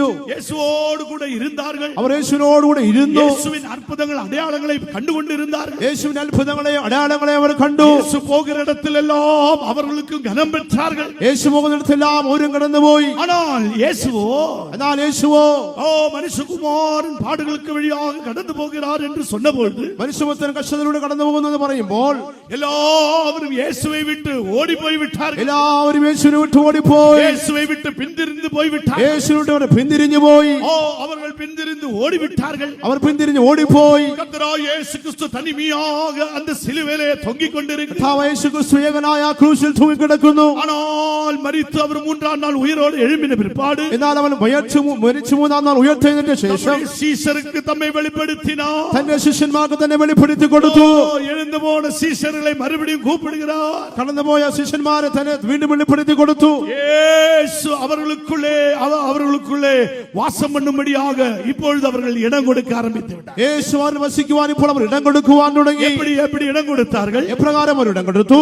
அந்த 120 பேர் அந்த எருசலேம் மாளிகையிலே காத்திருந்தார்கள். 120 പേർ യെരൂശലേം ആളുകൾ കാത്തിരുന്നപ്പോൾ வாഗ്ദത്തം செய்யப்பட்டதான அந்த பரிசுத்த ஆவியை இயேசு பிதாவினிடத்திலிருந்து வாங்கி அனுப்பினார். വാഗ്ദത്തം ചെയ്ത പരിശുദ്ധാത്മാവിനെ പിതാവിൽ നിന്ന് വാങ്ങി യേശു അയച്ചു. பரிசுத்த ஆவியின் அபிஷேகத்தை பெற்ற பொழுது, പരിശുദ്ധാത്മാവിന്റെ അഭിഷേകം പ്രാപിച്ചപ്പോൾ இப்பொழுது இயேசு அவர்களுடைய இருதயத்திலே பெரியவராயிருக்கிறார். ഇപ്പോൾ യേശുവിന്റെ ഹൃദയത്തിൽ വലിയവനായിരിക്കുന്നു. அபிஷேகம் பெறாத நாட்களிலே അഭിഷേകം പ്രാപിക്കാത്ത നാളുകളിൽ இயேசுவை விட்டு ஓடி போய் விட்டார். യേശുവിനെ വിട്ട് അവർ ഓടിപ്പോയി കളഞ്ഞു. கஷ்டத்தை பார்த்தபோது இயேசுவை விட்டு ஓடி போய் விட்டார். കഷ്ടങ്ങളെ കണ്ടപ്പോൾ അവർ യേശുവിനെ വിട്ട് ഓടിപ്പോയി കളഞ്ഞു. அபிஷேகம் பெற்ற பொழுதோ എന്നാൽ അഭിഷേകം പ്രാപിച്ചപ്പോൾ இப்பொழுது இயேசு அவர்கள் இருதயத்திலே பெரியவராயிருக்கிறார். ഇപ്പോൾ യേശുവിന്റെ ഹൃദയത്തിൽ വലിയവനായിരിക്കുന്നു.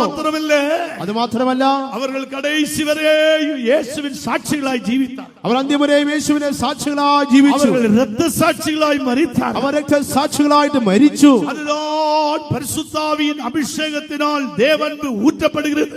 അതാണ് പരിശുദ്ധാത്മാവിന്റെ അഭിഷേകത്തിലൂടെ കർത്താവ് നമ്മിൽ പകരുന്നത്. ரோமர் 5ஆம் அதிகாரம் 5ஆம் வசனத்திலே வாசிக்கும் பொழுது, റോമാലേഖനം 5ആം അധ്യായം 5ആമത്തെ വാക്യം വായിക്കുമ്പോൾ அங்கே இந்த நம்பிக்கையை வெட்கப்படுத்தாது. ഈ പ്രത്യാശ നമ്മെ ലജ്ജിപ്പിക്കുകയില്ല. தேவனுடைய அன்பு பரிசுத்த ஆவியினால் நம்முடைய இருதயங்களிலே ஊற்றப்பட்டிருக்கிறது. ദൈവത്തിന്റെ സ്നേഹം പരിശുദ്ധാത്മാവിനാൽ നമ്മുടെ ഹൃദയങ്ങളിൽ പകർന്നിരിക്കുന്നു. இப்பொழுது இந்த அன்பை எப்படி நாம் ருசிக்க வேண்டும்? ഈ സ്നേഹത്തെ നാം ഇപ്രകാരം അനുഭവിക്കണം. அன்பின் ஆழத்துக்கு போக வேண்டும். ആ സ്നേഹത്തിന്റെ ആഴത്തിലേക്ക് നാം പോകണം. அன்பின் அகலத்துக்கு வர வேண்டும். ആ സ്നേഹത്തിന്റെ അകലത്തിലേക്ക് നാം പോകണം. அன்பின் உயரத்துக்கு அனுபவத்துக்கு வர ആ வேண்டும். സ്നേഹത്തിന്റെ ഉയരത്തിന്റെ അനുഭവത്തിലേക്ക് നാം വരണം. நீளத்துக்கு அனுபவத்துக்கு வர வேண்டும். ആ സ്നേഹത്തിന്റെ നീളത്തിന്റെ അനുഭവത്തിലേക്ക് നാം വരണം. சிலருக்கு இந்த இங்கிலீஷிலே டேர்ம் சொல்வார்கள் ஃபோபியா, பயம். ഇംഗ്ലീഷിൽ ഭയം എന്ന് പറയുന്നു. அதுக்கு பேர் ஃபோபியா என்று சொல்லுவாங்க. അതിന് ഫോബിയ എന്ന് പറയുന്നു. அந்த ஃபோபியா என்று சொன்னால் உயரத்திலே கொண்டு போய் ஒருவனை நிறுத்தினால் അവൻ കൈകാൽ ആടും, ഭയപ്പെടുവാൻ. ഉയരത്തിൽ കൊണ്ടുപോയി ചിലർ നിർത്തി കഴിഞ്ഞാൽ അവരുടെ കൈകാലുകൾ വിറയ്ക്കും. ஏனென்றால் ஒரு பயம், ஃபோபியா. എന്തുകൊണ്ടാൽ ഫോബിയ ഒരു ഭയം അവർക്കുണ്ട്. அதற்கு ஓரோ பேர் கொடுத்திருக்கிறார். അതിന് ഓരോ നാമങ്ങൾ കൊടുത്തിരിക്കുന്നു. ஆழத்திலே போனால் பயம், ആഴത്തിലേക്ക് പോകുമ്പോൾ ഭയം, ரொம்ப தூரம் பிரயாணம் பண்ணுகிறது பயம், അധിക ദൂരം യാത്ര ചെയ്യുന്നത് ഭയം. திடீரென்று நம்முடைய வீட்டிலே ஒரு 30 பேர் வந்தால் அவ்வளவுதான், பிபி எல்லாம் டவுன் ஆகும். இவங்களுக்கு போய் நான் எப்படி டீ சாப்பிடுவேன்? പെട്ടെന്ന് നമ്മുടെ വീട്ടിൽ ഒരു 30 വരികയാണെങ്കിൽ BP എല്ലാം കുറഞ്ഞു പോകുന്നു. അയ്യോ, ഇவ்வளவு പേർക്ക് ഞാൻ எப்படி டீ போட்டு கொடுப்பேன்? ഇവർക്ക് ഇത്രയും പേർക്ക് ഞാൻ എങ്ങനെ ചായ ഇട്ട് കൊടുക്കും? ஏனென்றால் அவர்கள் இருதயம் அது விசாலமாகவில்லை. കാരണം അവരുടെ ഹൃദയത്തിൽ വിശാലതയില്ല. அந்த அன்பு இல்லை, ആ സ്നേഹമില്ല. ஆனால் இயேசு கிறிஸ்து விசுவாசத்தினால் உங்கள் இருதயங்களிலே வாசம் பண்ணும்போது, എന്നാൽ യേശു ക്രിസ്തു വിശ്വാസത്താൽ നിങ്ങളുടെ ഹൃദയങ്ങളിൽ വസിക്കുമ്പോൾ இப்பொழுது என்ன சம்பவிக்கிறது? ഇപ്പോൾ എന്ത് സംഭവിക്കുന്നു? அன்பிலே வேரூன்றி, ആ സ്നേഹത്തിൽ വേരൂന്നി, அந்த அன்பிலே நிலை நிற்கிறார். ആ സ്നേഹത്തിൽ നിലനിന്നു. என்ன விதமான கஷ்டங்கள், பாடுகள், நிந்தைகள் എല്ലാം വന്നാലും യേശുവുക്കാக സഹിத்து கொண்டிருக்கிறார். ഏത് വിധമായ കഷ്ടങ്ങളും നിന്ദകളും പാടുകളും വന്നാലും യേശുവിനായി സഹിക്കുന്നു. எப்படி സഹിக்கிறார்கள்? എപ്രകാരം സഹിക്കുന്നു? സകല പരിശുദ്ധവാന്കളോട് ചേർന്ന് സഹിக்கிறார். സകല വിശുദ്ധന്മാരോടും ചേർന്ന് സഹിക്കുന്നു. എല്ലാവരും പരിശുദ്ധവാന്കൾ, എല്ലാവരും വിശുദ്ധന്മാർ. സകല പരിശുദ്ധവാന്കളോട് സഹിக்கிறவர்கள் தான் கிறிஸ்து அவர்கள் இருதயத்திலே ஆளுகை செய்ய முடியும். സകല വിശുദ്ധന്മാരോടുകൂടെ സഹിക്കുന്നവർക്ക് മാത്രമേ ക്രിസ്തുവിന് അവരുടെ ഉള്ളത്തിൽ വസിക്കുവാനും പറ്റുള്ളൂ. ഒരു മുறை നടന്ന സംഭവം, ഒരിക്കൽ സംഭവിച്ചതായ ഒരു കാര്യം. ഒരു രണ്ടുപേർ വിശ്വാസ വീട്ടിലേക്ക് വന്നാர்கள். രണ്ടുപേർ വിശ്വാസ ഭവനത്തിൽ വന്നു. அப்போ அவர்களோடு அந்த நடத்துபவரன் பேசிக்கொண்டிருந்தார். അവരോടുകൂടെ നടത്തിപ്പുകാരൻ സംസാരിച്ചുകൊണ്ടേയിരുന്നു. என்று மதரிடம் சொன்னார், 2 டீ கொண்டு வாரு. പെട്ടെന്ന് മദറിനോട് പറഞ്ഞു 2 ചായ കൊണ്ടുവരുവാൻ. அப்படி இப்படி ஒரு கப்பிலே இப்படி ஒரு மூடியிலே கொண்டு வந்து கொடுத்தார். ഇങ്ങനെ ഒരു കപ്പിൽ ഇങ്ങനെ മൂടി വെച്ച് കൊണ്ടുവന്നു. அவர்கள் அந்த மூடியை எடுத்து அவர் குடித்து கொண்டிருந்தார். അവർ ആ അടപ്പ് മാറ്റി അവരിങ്ങനെ കുടിച്ചുകൊണ്ടേയിരുന്നു. அப்படி இருக்கும்போது மூன்றாவது ஒரு சகோதரன் வந்தார். അങ്ങനെ ഇരിക്കുമ്പോൾ മൂന്നാമത് ഒരു സഹോദരൻ വന്നു. அந்த சகோதரன் வந்து உட்கார்ந்த போது ആ സഹോദരൻ വന്നിരിക്കുമ്പോൾ திருப்பியும் கூப்பிட்டார் அந்த பிரதர், மதர் ஒரு டீ கூட கொண்டு வாங்க. വീണ്ടും ആ സഹോദരൻ വിളിച്ചു, മദറെ ഒരു ചായ കൂടി കൊണ്ടുവരിക. எப்படியோ அந்த டீ போட்டதிலே கொஞ்சம் இருந்த டீ அதை சீக்கிரம் ஊற்றி மூடி போடாத கப்போடு ஓடி வந்தார்கள். അവിടെ ചായ ഇട്ടിന്റെ ബാക്കി വന്നതായ ചായ ഒരു കപ്പിൽ ഒഴിച്ച് മൂടി അടപ്പില്ലാതെ വീണ്ടും കൊണ്ടുവന്ന് കൊടുത്തു. அந்த மூன்றாவது நபரிடம் ആ മൂന്നാമത്തെ വ്യക്തിക്ക് കൊണ്ടുപോയി കൊടുത്തു. அவர் ஒன்றும் சொல்லவில்லை, அங்கே இங்கே பார்த்து குடிച്ചു. ആ വ്യക്തി ഒന്നും പറയില്ല, അങ്ങ് നോക്കി അത് കുടിച്ചു. மறுபடியும் பார்த்து கொண்டே குடிച്ചു. വീണ്ടും നോക്കിക്കൊണ്ട് കുടിച്ചു. அந்த பிரதரிடம் பேசிவிட்டு ആ സഹോദരനോട് സംസാരിച്ച ശേഷം வீட்டுக்கு போனவர் அதுக்கப்புறம் ഫെയ്ത്തോമുക്കേ ചർച്ചയ്ക്കേ വന്നതില്ല. വീട്ടിലേക്ക് പോയ വ്യക്തി പിന്നെ തിരിച്ച് ഫെയ്ത്തോമിലേക്ക് വന്നിട്ടേ ഇല്ല. இந்த பிரதர் கூப்பிடுகிறார், ഈ സഹോദരൻ വിളിക്കുന്നു, வாங்க வாங்க, ஏன் வர மாட்டீங்க? വരിക വരിക, എന്തുകൊണ്ട് വരുന്നില്ല? மனைவிடம் கேட்டார், ஏன் வர மாட்டீங்க? അവരുടെ ഭാര്യയോട് അന്വേഷിച്ചു, എന്തുകൊണ്ട് വരുന്നില്ല? ഒരു മൂടിക്കാകെ വരുന്നില്ല, ഒരു മൂടിക്കായിട്ട് വരുന്നില്ല. 2 പേർക്ക് മൂടി പോട്ട് കൊടുത്ത ഇവർക്ക് മൂടി കൊടുക്കില്ല, അതിനാൽ വിശ്വാസം. 2 പേർക്ക് അടപ്പ് വെച്ച് കൊടുത്തു, ഒരാൾ കടപ്പ് വെക്കാതെ കൊടുത്തുകൊണ്ട് വിശ്വാസം. യേശു വിശ്വാസത്താൽ യേശു ഉള്ളേ ഇല്ല, വിശ്വാസത്താൽ യേശു ഉള്ളിലില്ല. ഒരു മൂടിക്കാക വിശ്വാസം വിട്ടാச்சு, ഒരു മൂടിക്ക് വേണ്ടി വിശ്വാസത്തെ കളഞ്ഞു. இப்படி எத்தனை பேர் இந்த விசுவாசத்தை ஆண்டவரை விட்டு விட்டு ஓடிக்கொண்டிருக்கிறார். ഇങ്ങനെ എത്ര പേർ വിശ്വാസത്തെ വിട്ട് ദൈവത്തെ വിട്ട് ഓടിക്കൊണ്ടേയിരിക്കുന്നു. ഒരു അടപ്പിന് വേണ്ടി, താങ്കൾ சொன்ன കാര്യം നടക്കാதபடி, തങ്ങൾ പറഞ്ഞ കാര്യം നടക്കാൻ സാധിക്കാത്ത നിമിത്തം, താങ്കൾ ചിന്തിക്കുന്ന കാര്യം നടക്കാதபடி, തങ്ങൾ ചിന്തിച്ചതായ കാര്യം നടക്കാതെ വന്ന നിമിത്തമായിട്ട് ആണ്ടവരെ വിട്ട് ഉപദേശത്തെ വിട്ട് സത്യത്തെ വിട്ട് ഓടിക്കൊണ്ടിരിക്കുന്നു. ദൈവത്തെ വിട്ട് ഉപദേശത്തെ വിട്ട് സത്യത്തെ വിട്ട് ഇങ്ങനെ ഓടിക്കൊണ്ടേയിരിക്കുന്നു. ക്രിസ്തു ഉങ്ങൾ ഹൃദയത്തിലെ വിശ്വാസത്തിൽ ആവാസമായിരിക്കുമ്പോൾ, ക്രിസ്തു വിശ്വാസങ്ങളുടെ ഹൃദയങ്ങളിൽ വസിക്കുമ്പോൾ, നിങ്ങൾ അൻപിലേ വേരൂന്നി, നിങ്ങൾ സ്നേഹത്തിൽ വേരൂന്നി നിലനിൽപ്പെട്ടവരായി നിലനിന്നവരായിട്ട് സകല പരിശുദ്ധവാന്കളോടുകൂടി அந்த അൻപിൻ ആഴം നീളം ഉയരം അകലത്തെ ഗ്രഹിക്ക வேண்டும். സകല വിശുദ്ധന്മാരോടുകൂടെ ചേർന്നുകൊണ്ട് ആ സ്നേഹത്തിന്റെ നീളം വീതി ആഴം ഉയരത്തെ ഗ്രഹിക്കണം. அதனால்தான் இயேசு சொன்னார், അതുകൊണ്ടാണ് യേശു പറഞ്ഞത്, ഒരുവൻ ഉന്നെ ബലവന്തமாக 1 മൈൽ ഉന്നെ അழைத்து கொண்டு போனால் 2 മൈൽ അവനോട് കൂടെ പോ. ഒരുവൻ നിന്നെ ഒരു നാഴിക ക്ഷണിച്ചാൽ അവനോട് 2 നാഴിക നീ പോകാം. അതായത് യേശു சொன்ன പാഠം என்ன? യേശു പറഞ്ഞ പാഠം എന്താകുന്നു? അവനോട് കൂടെ സഹിച്ചു പോ എന്ന് சொல்லுகிறார். നീ അവനോടുകൂടെ സഹിച്ചു പൊയ്ക്കൊള്ളുക. இன்றைக்கு மனித சமுதாயத்திலே சகிப்புத்தன்மை இல்லாதவர்களாய் இருக்கிறார்கள். എന്നാൽ ഇന്ന് മനുഷ്യ സമൂഹത്തിൽ സഹിക്കുന്ന അനുഭവം ഇല്ലാതിരിക്കുന്നു. ആത്മാവിലെ മരണം സംഭവിച്ചാൽ, ആത്മാവിൽ മരണം സംഭവിച്ചുവെങ്കിൽ எப்படி നീ ഗുണമാവാய்? എങ്ങനെ നീ സുഖമാകും? ആത്മാവിലെ മരണം സംഭവിച്ചാൽ നീ என்ன செய்ய வேண்டும்? ആത്മാവിൽ മരണം സംഭവിച്ചാൽ നീ എന്തു ചെയ്യണം? ഇത് കൃപയുടെ കാലം, ഇത് കൃപയുടെ കാലം. இந்த கிருபையின் காலத்திலே, ഈ കൃപായുഗത്തിൽ ആണ്ടവരേ ആത്മാവിലെ മരണം സംഭവിച്ചിരിക്കുന്നു. കർത്താവേ, എന്റെ ആത്മാവിൽ മരണം സംഭവിച്ചിരിക്കുന്നു. സ്തോത്രം பண்ண முடியவில்லை, എന്നെ കൊണ്ട് സ്തോത്രം ചെയ്യുവാൻ കഴിയുന്നില്ല. 10 നിമിഷം ജപിക്ക முடியறதில்லை, എന്നെ കൊണ്ട് 10 മിനിറ്റ് പ്രാർത്ഥിക്കാൻ പറ്റുന്നില്ല. എന്നാൽ നേരத்துக்கு മുൻപാக കൂട്ടத்துக்கு செல்ல முடியவில்லை, സമയത്തിന് ആരാധനയ്ക്ക് വരുവാൻ പറ്റുന്നില്ല. യേശുവെ നേസിக்க முடியறதில்லை, യേശുവിനെ സ്നേഹിക്കുവാൻ കഴിയുന്നില്ല. இந்த நிலவரத்திலே உன்னுடைய ஜீவியம் காணப்படும் என்றால், ഈ അവസ്ഥയിൽ നിങ്ങളുടെ ജീവിതം കാണപ്പെടുന്നുവെങ്കിൽ, இந்த ராத்திரி வேளையில், ഈ രാത്രി വേളയിൽ നമ്മുടെ കർത്താവായ യേശു ക്രിസ്തു, നമ്മുടെ കർത്താവായ യേശു ക്രിസ്തു ആത്മാവെ ഗുണപ്പെടുത്തുമ്പടിയായി ഗുണമാക്കുമ്പടിയായി അവർ ഉലാവിക്കൊണ്ടിരിക്കുന്നു. നിങ്ങളുടെ ആത്മാവിനെ സൗഖ്യമാക്കുവാൻ അവർ നമ്മുടെ മധ്യേ ഉലാവിക്കൊണ്ടിരിക്കുന്നു. മുഖത്തെ പാർത്തുകൊണ്ടിരിക്കുകയാണ്, മനുഷ്യനോ മുഖത്തെ നോക്കിക്കൊണ്ടിരിക്കുന്നു. നമ്മുടെ ദേവനോ ഹൃദയത്തെ പാർത്തുകൊണ്ടിരിക്കുന്നു. എന്നാൽ നമ്മുടെ ദൈവമോ നമ്മുടെ ഹൃദയത്തെ നോക്കിക്കൊണ്ടേയിരിക്കുന്നു. ഹൃദയത്തിലെ കുക്കുറുൾ ഇടുവാ என்றாൽ, നിങ്ങളുടെ ഹൃദയത്തിൽ നിങ്ങൾ നിലവിളിക്കുന്നുവെങ്കിൽ, രാത്രി വേളയിൽ வேளையிலே உன்னை உன்னுடைய ஆத்துமாவை குணமாக்க விரும்புகிறார். നിങ്ങളെ നിങ്ങളുടെ ആത്മാവിനെ ഈ രാത്രിയിൽ സൗഖ്യമാക്കുവാൻ ആഗ്രഹിക്കുന്നു. அடுத்ததாக நாம் பார்க்கும்போது உடைந்த நொறுங்குண்ட இருதயத்தை அவர் பார்த்து கொண்டிருக்கிறார். അടുത്തതായത് തകർന്ന നുറുങ്ങിയമായ ഹൃദയത്തെ ദൈവം നോക്കിക്കൊണ്ടിരിക്കുന്നു. அந்த இருதயத்தை குணமாக்க விரும்புகிறார். ആ ഹൃദയത്തെ ദൈവം സൗഖ്യമാക്കുവാൻ ആഗ്രഹിക്കുന്നു. அந்த ஜீவியத்தை மறுபடியும் புதுப்பிக்கும்படியாய் விரும்புகிறார். ജീവിതത്തെ ദൈവം വീണ്ടും പുതുപ്പിക്കുവാൻ ആഗ്രഹിക്കുന്നു. എത്രയോ വർഷങ്ങൾക്ക് മുൻപാக നീ ഉടൈந்த பாத்திரமாய் இருக்கிறாய். എത്രയോ വർഷങ്ങൾക്ക് മുമ്പായിട്ട് നീ ഉടഞ്ഞ പാത്രമായി കാണപ്പെടുന്നു. இப்பொழுதெல்லாம் ஆண்டவர் சமூகத்தில் வந்து கொண்டு போய் கொண்டு இருக்கிறாய். ஆனால் உன்னுடைய நிலவரம் ஒரு பூஜ்யமாய் காணப்படுகிறது. ദൈവസന്നിധി വരികയും പോവുകയും ചെയ്യുന്നെങ്കിലും നിങ്ങളുടെ ജീവിതം ദൈവസന്നിധിയിൽ ശൂന്യമായിരിക്കും. அதனால் தான் சங்கீதக்காரன் இவ்வாறு சொல்லுகிறார். ആകയാൽ സങ്കീർത്തനക്കാരൻ പ്രകാരം പറയുന്നു, 31 സങ്കീതം അതിനുடைய 10ഉം 12ഉം വസനങ്ങൾ മാത്രം വാസിക്കുക. 31 സങ്കീർത്തനത്തിന്റെ 10-11 വാക്യത്തെ വായിക്കും. എന്റെ ആയുസ് ദുഃഖം കൊണ്ടും എന്റെ സംവത്സരങ്ങൾ നെടുവീർപ്പ് കൊണ്ടും കഴിഞ്ഞു പോയിരിക്കുന്നു. എന്റെ അകൃത്യ നിമിത്തം എന്റെ ബലം ക്ഷീണിച്ചും എന്റെ അസ്ഥികൾ ക്ഷയിച്ചുമിരിക്കുന്നു. എന്റെ സകല വൈരികളാലും ഞാൻ നിന്ദിതനായി തീർന്നു. എന്റെ അയൽക്കാർക്ക് 12ാം വസനം, മരിച്ചുപോയതിനെ പോലെ എന്നെ മറന്നു കളഞ്ഞിരിക്കുന്നു.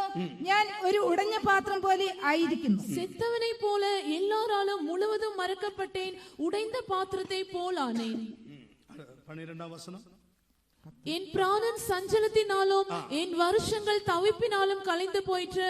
என் அக்கிரமத்தினாலே என் பலன் குறைந்து என் எலும்புகள் உலர்ந்து போயிற்று. என் அக்கிரமத்தினாலே பலன் குறைந்து என் எலும்புகள் உலர்ந்து போயிற்று. എന്റെ അകൃത്യ നിമിത്തം എന്റെ ബലം ക്ഷീണിച്ചും എന്റെ അസ്ഥികൾ ക്ഷയിച്ചും ഇരിക്കുന്നു. 31ാം സങ്കീതം 12ാം വസനത്തിലെ നാം വാസിക്കുമ്പോൾ 31 സങ്കീർത്തനത്തിന്റെ 12ാമത്തെ വാക്യം വായിക്കുമ്പോൾ, ഞാൻ ഒരു ഉടൈந்த പാത്രത്തെ പോൽ ആയിവിട്ടു. ഞാൻ ഒരു ഉടഞ്ഞ പാത്രം പോലെ ആയിരിക്കുന്നു. இன்றைக்கு இரவு உங்கள் வாழ்க்கையிலே சிந்தித்துக் கொள்ளுங்கள். ഇന്ന് രാത്രിയിൽ നിങ്ങളുടെ ജീവിതത്തെ കുറിച്ച് ചിന്തിച്ചു കൊള്ളുവിൻ. உடைந்த பாத்திரத்தை போல தேவ சமூகத்தில் வந்திருப்பீர்கள் என்றால், ഉടഞ്ഞ പാത്രത്തെ പോലെ ദൈവസന്നിധിയിൽ വന്നിരിക്കുന്നുവെങ്കിൽ, ஆண்டவர் இன்று இரவு உன்னை செப்பனிடும்படியாக அதை சரி செய்யும்படியாய் விரும்புகிறார். കർത്താവ് ഇന്ന് രാത്രി കാലങ്ങളെ ക്രമപ്പെടുത്തുവാൻ ശരിയാക്കുവാൻ ആഗ്രഹിക്കുന്നു. உன்னை விடுவிக்கும்படியாய், உடைந்த நிலவரத்திலிருந்து உன்னை விடுவிக்கும்படியாய் விரும்புகிறார். ആ ഉടഞ്ഞ നിലവാരത്തിൽ നിന്ന് വിടുവിക്കുവാൻ ദൈവം ആഗ്രഹിക്കുന്നു. നീ രക്ഷിക്കപ്പെട്ട ഒരു ദേവനുடைய പിള്ളை, നിങ്ങൾ രക്ഷിക്കപ്പെട്ടതായ ഒരു ദൈവ പൈതൽ, ஞானஸ்நானம் எடுத்த தேவனுடைய பிள்ளை, ജലസ്നാനം എടുത്തതായ ദൈവ പൈതൽ, பரிசுத்தாவின் அபிஷேகம் பெற்ற தேவனுடைய பிள்ளை, പരിശുദ്ധാത്മാവിന്റെ അഭിഷേകം പ്രാപിച്ചതായ ഒരു ദൈവ പൈതൽ, அபிஷேகத்தில் நிறைகிறாய். നന്നായിട്ട് ആത്മാവിനാൽ നിറയപ്പെടുന്നു. காலையிலே எழுந்து ஸ்தோத்திரம் பண்ணுகிறாய். രാവിലെ എണീറ്റ് ദൈവത്തെ സ്തുതിക്കുന്നു. ஆனால் உன்னுடைய ஆவியிலே வெறுமை, എന്നാൽ നിങ്ങളുടെ ആത്മാവിൽ ഒരു ശൂന്യത, உன்னுடைய ஆத்மாவிலே வெறுமை, ഒരു ആത്മാവിൽ ഒരു ശൂന്യത കാണപ്പെടുന്നു. சரீரத்திலே நீ பலனற்ற, அதாவது உன் சரீரத்திலே நீ ஒரு அதைரியப்பட்ட அனுபவம் உடையவளாய் இருக்கிறாய். ശരീരത്തിൽ ഒരു അധൈര്യപ്പെട്ടതായ ഒരു അവസ്ഥയെ പോലെ കാണപ്പെടുന്നു. நாம் தேவன் நம்மை சிருஷ்டித்த போது ஒரு பாத்திரமாய் சிருஷ்டிக்கிறார். ദൈവം നമ്മെ സൃഷ്ടിച്ചപ്പോൾ ഒരു പാത്രമായി സൃഷ്ടിച്ചു. அதனால்தான் அனனியாசிடம் ஆண்டவர் சொல்லுகிறார், അതുകൊണ്ടാണ് അനന്യാസിനോട് ദൈവം പറയുന്നു, சவுல் பவுலாய் மாற்றின தேவன், ശൗലിനെ പൗലാക്കി മാറ്റുവാനായ ദൈവം, ஆண்டவர் சொல்கிறார், இந்த சவுல் உன்னிடத்தில் வரப்போகிறார். ഈ ശൗൽ നിന്റെ അടുക്കൽ വരുവാൻ പോകുന്നു. நீ அவனுக்கு மனம் திரும்புதல் ஏற்றதான வார்த்தைகளை கொடு. നീ മാനസാന്തരത്തിന്റെ വചനങ്ങൾ അവന് കൊടുക്കുക. அவனுடைய கண்களை திறக்க வேண்டும். അവന്റെ കണ്ണുകളെ തുറക്കണം. அவன் குணமாக்க வேண்டும். അവൻ സൗഖ്യമാകണം. அப்பொழுது இந்த அனனியா என்ன சொல்லுகிறார்? അപ്പോൾ അനന്യാസ് എന്ത് പറയുന്നു? ஆண்டவரே, இவன் கிறிஸ்துவர்களுக்கு விரோதமாக கிரியை செய்கிறவன், ദൈവമേ, ഇവൻ ക്രിസ്ത്യാനികൾക്ക് വിരോധമായി പ്രവർത്തിക്കുന്നവനാണ്. அதிகார பத்திரத்தை தருகிறவன், അവന് കൊല ചെയ്യുവാനുള്ളതായ അധികാരപത്രമുണ്ട്. இப்படிப்பட்ட ஒருவனை நான் எப்படி ஏற்றுக்கொள்வது? ഇങ്ങനെയുള്ള ഒരു വ്യക്തിയെ ഞാൻ എങ്ങനെ സന്ദർശിക്കണം? ஆனால் ஆண்டவர் என்ன சொல்லுகிறார்? എന്നാൽ ദൈവം എന്ത് പറയുന്നു? அவன் என் நாமத்தை தரித்து என்னால் தெரிந்தெடுக்கப்பட்ட பாத்திரம். അവൻ എന്റെ നാമം ധരിച്ച് എന്നാൽ തിരഞ്ഞെടുക്കപ്പെട്ട ഒരു പാത്രമാകുന്നു. தெரிந்தெடுக்கப்பட்ட பாத்திரம், തിരഞ്ഞെടുക്കപ്പെട്ടതായ ഒരു പാത്രം. இங்கிலீஷில் he is my chosen vessel. ഞാൻ തിരഞ്ഞെടുത്തതായ ഒരു പാത്രം. என்னால் தெரிந்தெடுக்கப்பட்ட பாத்திரம், എന്നാൽ തിരഞ്ഞെടുക്കപ്പെട്ടതായ ഒരു പാത്രം. ஒவ்வொரு மனிதனுடைய ஆத்மா என்று சொல்லும்போது ஒரு பாத்திரம் போல இருக்கிறது. ഓരോ മനുഷ്യന്റെ ആത്മാവ് ഒരു പാത്രം പോലെ കാണപ്പെടുന്നു. என் பாத்திரம் நிரம்பி வழிகிறது என்று சங்கீதக்காரன் சொல்லுகிறார். എന്റെ പാത്രം നിറഞ്ഞു കവിയുന്നു എന്ന് സങ്കീർത്തനക്കാരൻ പറയുന്നു. பானபாத்திரத்தை நான் சுமந்து கொண்டிருக்கிறேன் என்று சங்கீதக்காரன், പാത്രത്തെ ഞാൻ ചുമക്കുന്നു എന്ന് സങ്കീർത്തനക്കാരൻ പറയുന്നു. மனிதன் என்று சொல்லும்போது ஒரு பாத்திரமாய் இருக்கிறார். മനുഷ്യൻ എന്ന് പറയുന്നത് പാത്രമായിരിക്കുന്നു. പുതിയ ഏർപ്പാട്ടിലും നാം തിമോത്തിയിൽ പുസ്തകത്തിലെ பார்க்கும் பொழுது തിമോത്തിയോസിന്റെ ലേഖനത്തിൽ പുതിയ നിയമത്തെ നാം നോക്കുമ്പോൾ அங்கே பாத்திரங்களை குறித்து நாம் வாசிக்கிறோம். പാത്രങ്ങളെ കുറിച്ച് നാം கனமுள்ள பாத்திரம், ബലമുള്ള മാനപാത്രം, வீணமான பாத்திரங்கள், ബലഹീനമായ പാത്രം. അങ്ങനെയല്ല. എന്നാൽ ഒരു വലിയ വീട്ടിൽ പൊന്നും വെള്ളിയും കൊണ്ടുള്ള സാമാനം 2:21 എന്നാൽ ഒരു വലിയ വീട്ടിൽ പൊന്നും വെള്ളിയും കൊണ്ടുള്ള സാമാനങ്ങൾ മാത്രമല്ല മരവും മണ്ണ് കൊണ്ടുള്ളവയും ഉണ്ട്. ചിലത് മാന്യകാര്യത്തിനും ചിലത് ഹീനകാര്യത്തിനും ഉപയോഗിക്കുന്നു. അതാ ഹീനകാര്യം, கனவீனமான பாத்திரம், ചില ഹീനമായ പാത്രം. அப்போ தேவன் நம்மை தெரிந்து கொள்ளும்போது ஒரு பாத்திரமாய் நம்மை தெரிந்து கொள்கிறார். ദൈവം നമ്മെ തിരഞ്ഞെടുക്കുമ്പോൾ ഒരു പാത്രമായി തിരഞ്ഞെടുക്കുന്നു. பாத்திரமாய் தெரிந்து கொண்ட நம்மை, പാത്രമായി തിരഞ്ഞെടുക്കുന്നതായ നമ്മെ இப்பொழுது ஆண்டவர் ரட்சிப்பின் அனுபவத்தை ஞானஸ்நானம் பெற்ற அபிஷேகம் பெற்ற நாட்கள்ல நம்ம ஆவியில வந்து காத்திரு கொடுத்து வந்தோம்.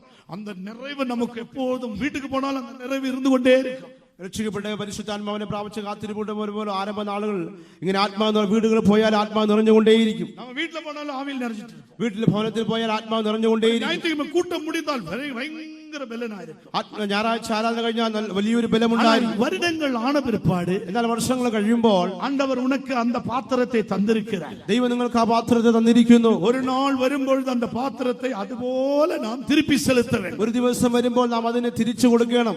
இப்பொழுது இந்த பாத்திரம் உடைந்து காணப்படுகிறது. എന്നാൽ ഇപ്പോൾ ഈ പാത്രം ഉടഞ്ഞു കാണപ്പെടുന്നുവോ? அக்கிரமத்தினால் உடைந்து காணப்படுகிறதா? അതിക്രമങ്ങളാൽ ഉടഞ്ഞു കാണപ്പെടുന്നുവോ? அல்லது நீ மற்றவருடைய பிரச்சனையினால் விஷயத்தினால் நீ உடைந்து காணப்படுகிறாயா?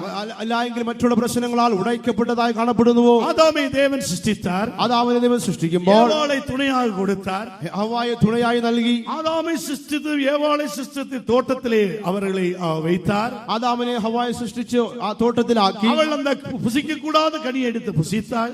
ഭക്ഷിക്കുവാൻ പാടില്ലാത്തതായ ഫലത്തെ അവർ ഭക്ഷിച്ചു. அவனுக்கும் கொடுத்தார். അവനും കൊടുത്തു. அவர் இருவரும் சாப்பிட்டார்கள். അവർ ഇരുവരും ഭക്ഷിച്ചു. தோட்டத்தில் இந்த ஆண்டவர் வெளியே தள்ளிவிட்டார். തോട്ടത്തിൽ നിന്ന് ഇവരെ പുറത്താക്കി.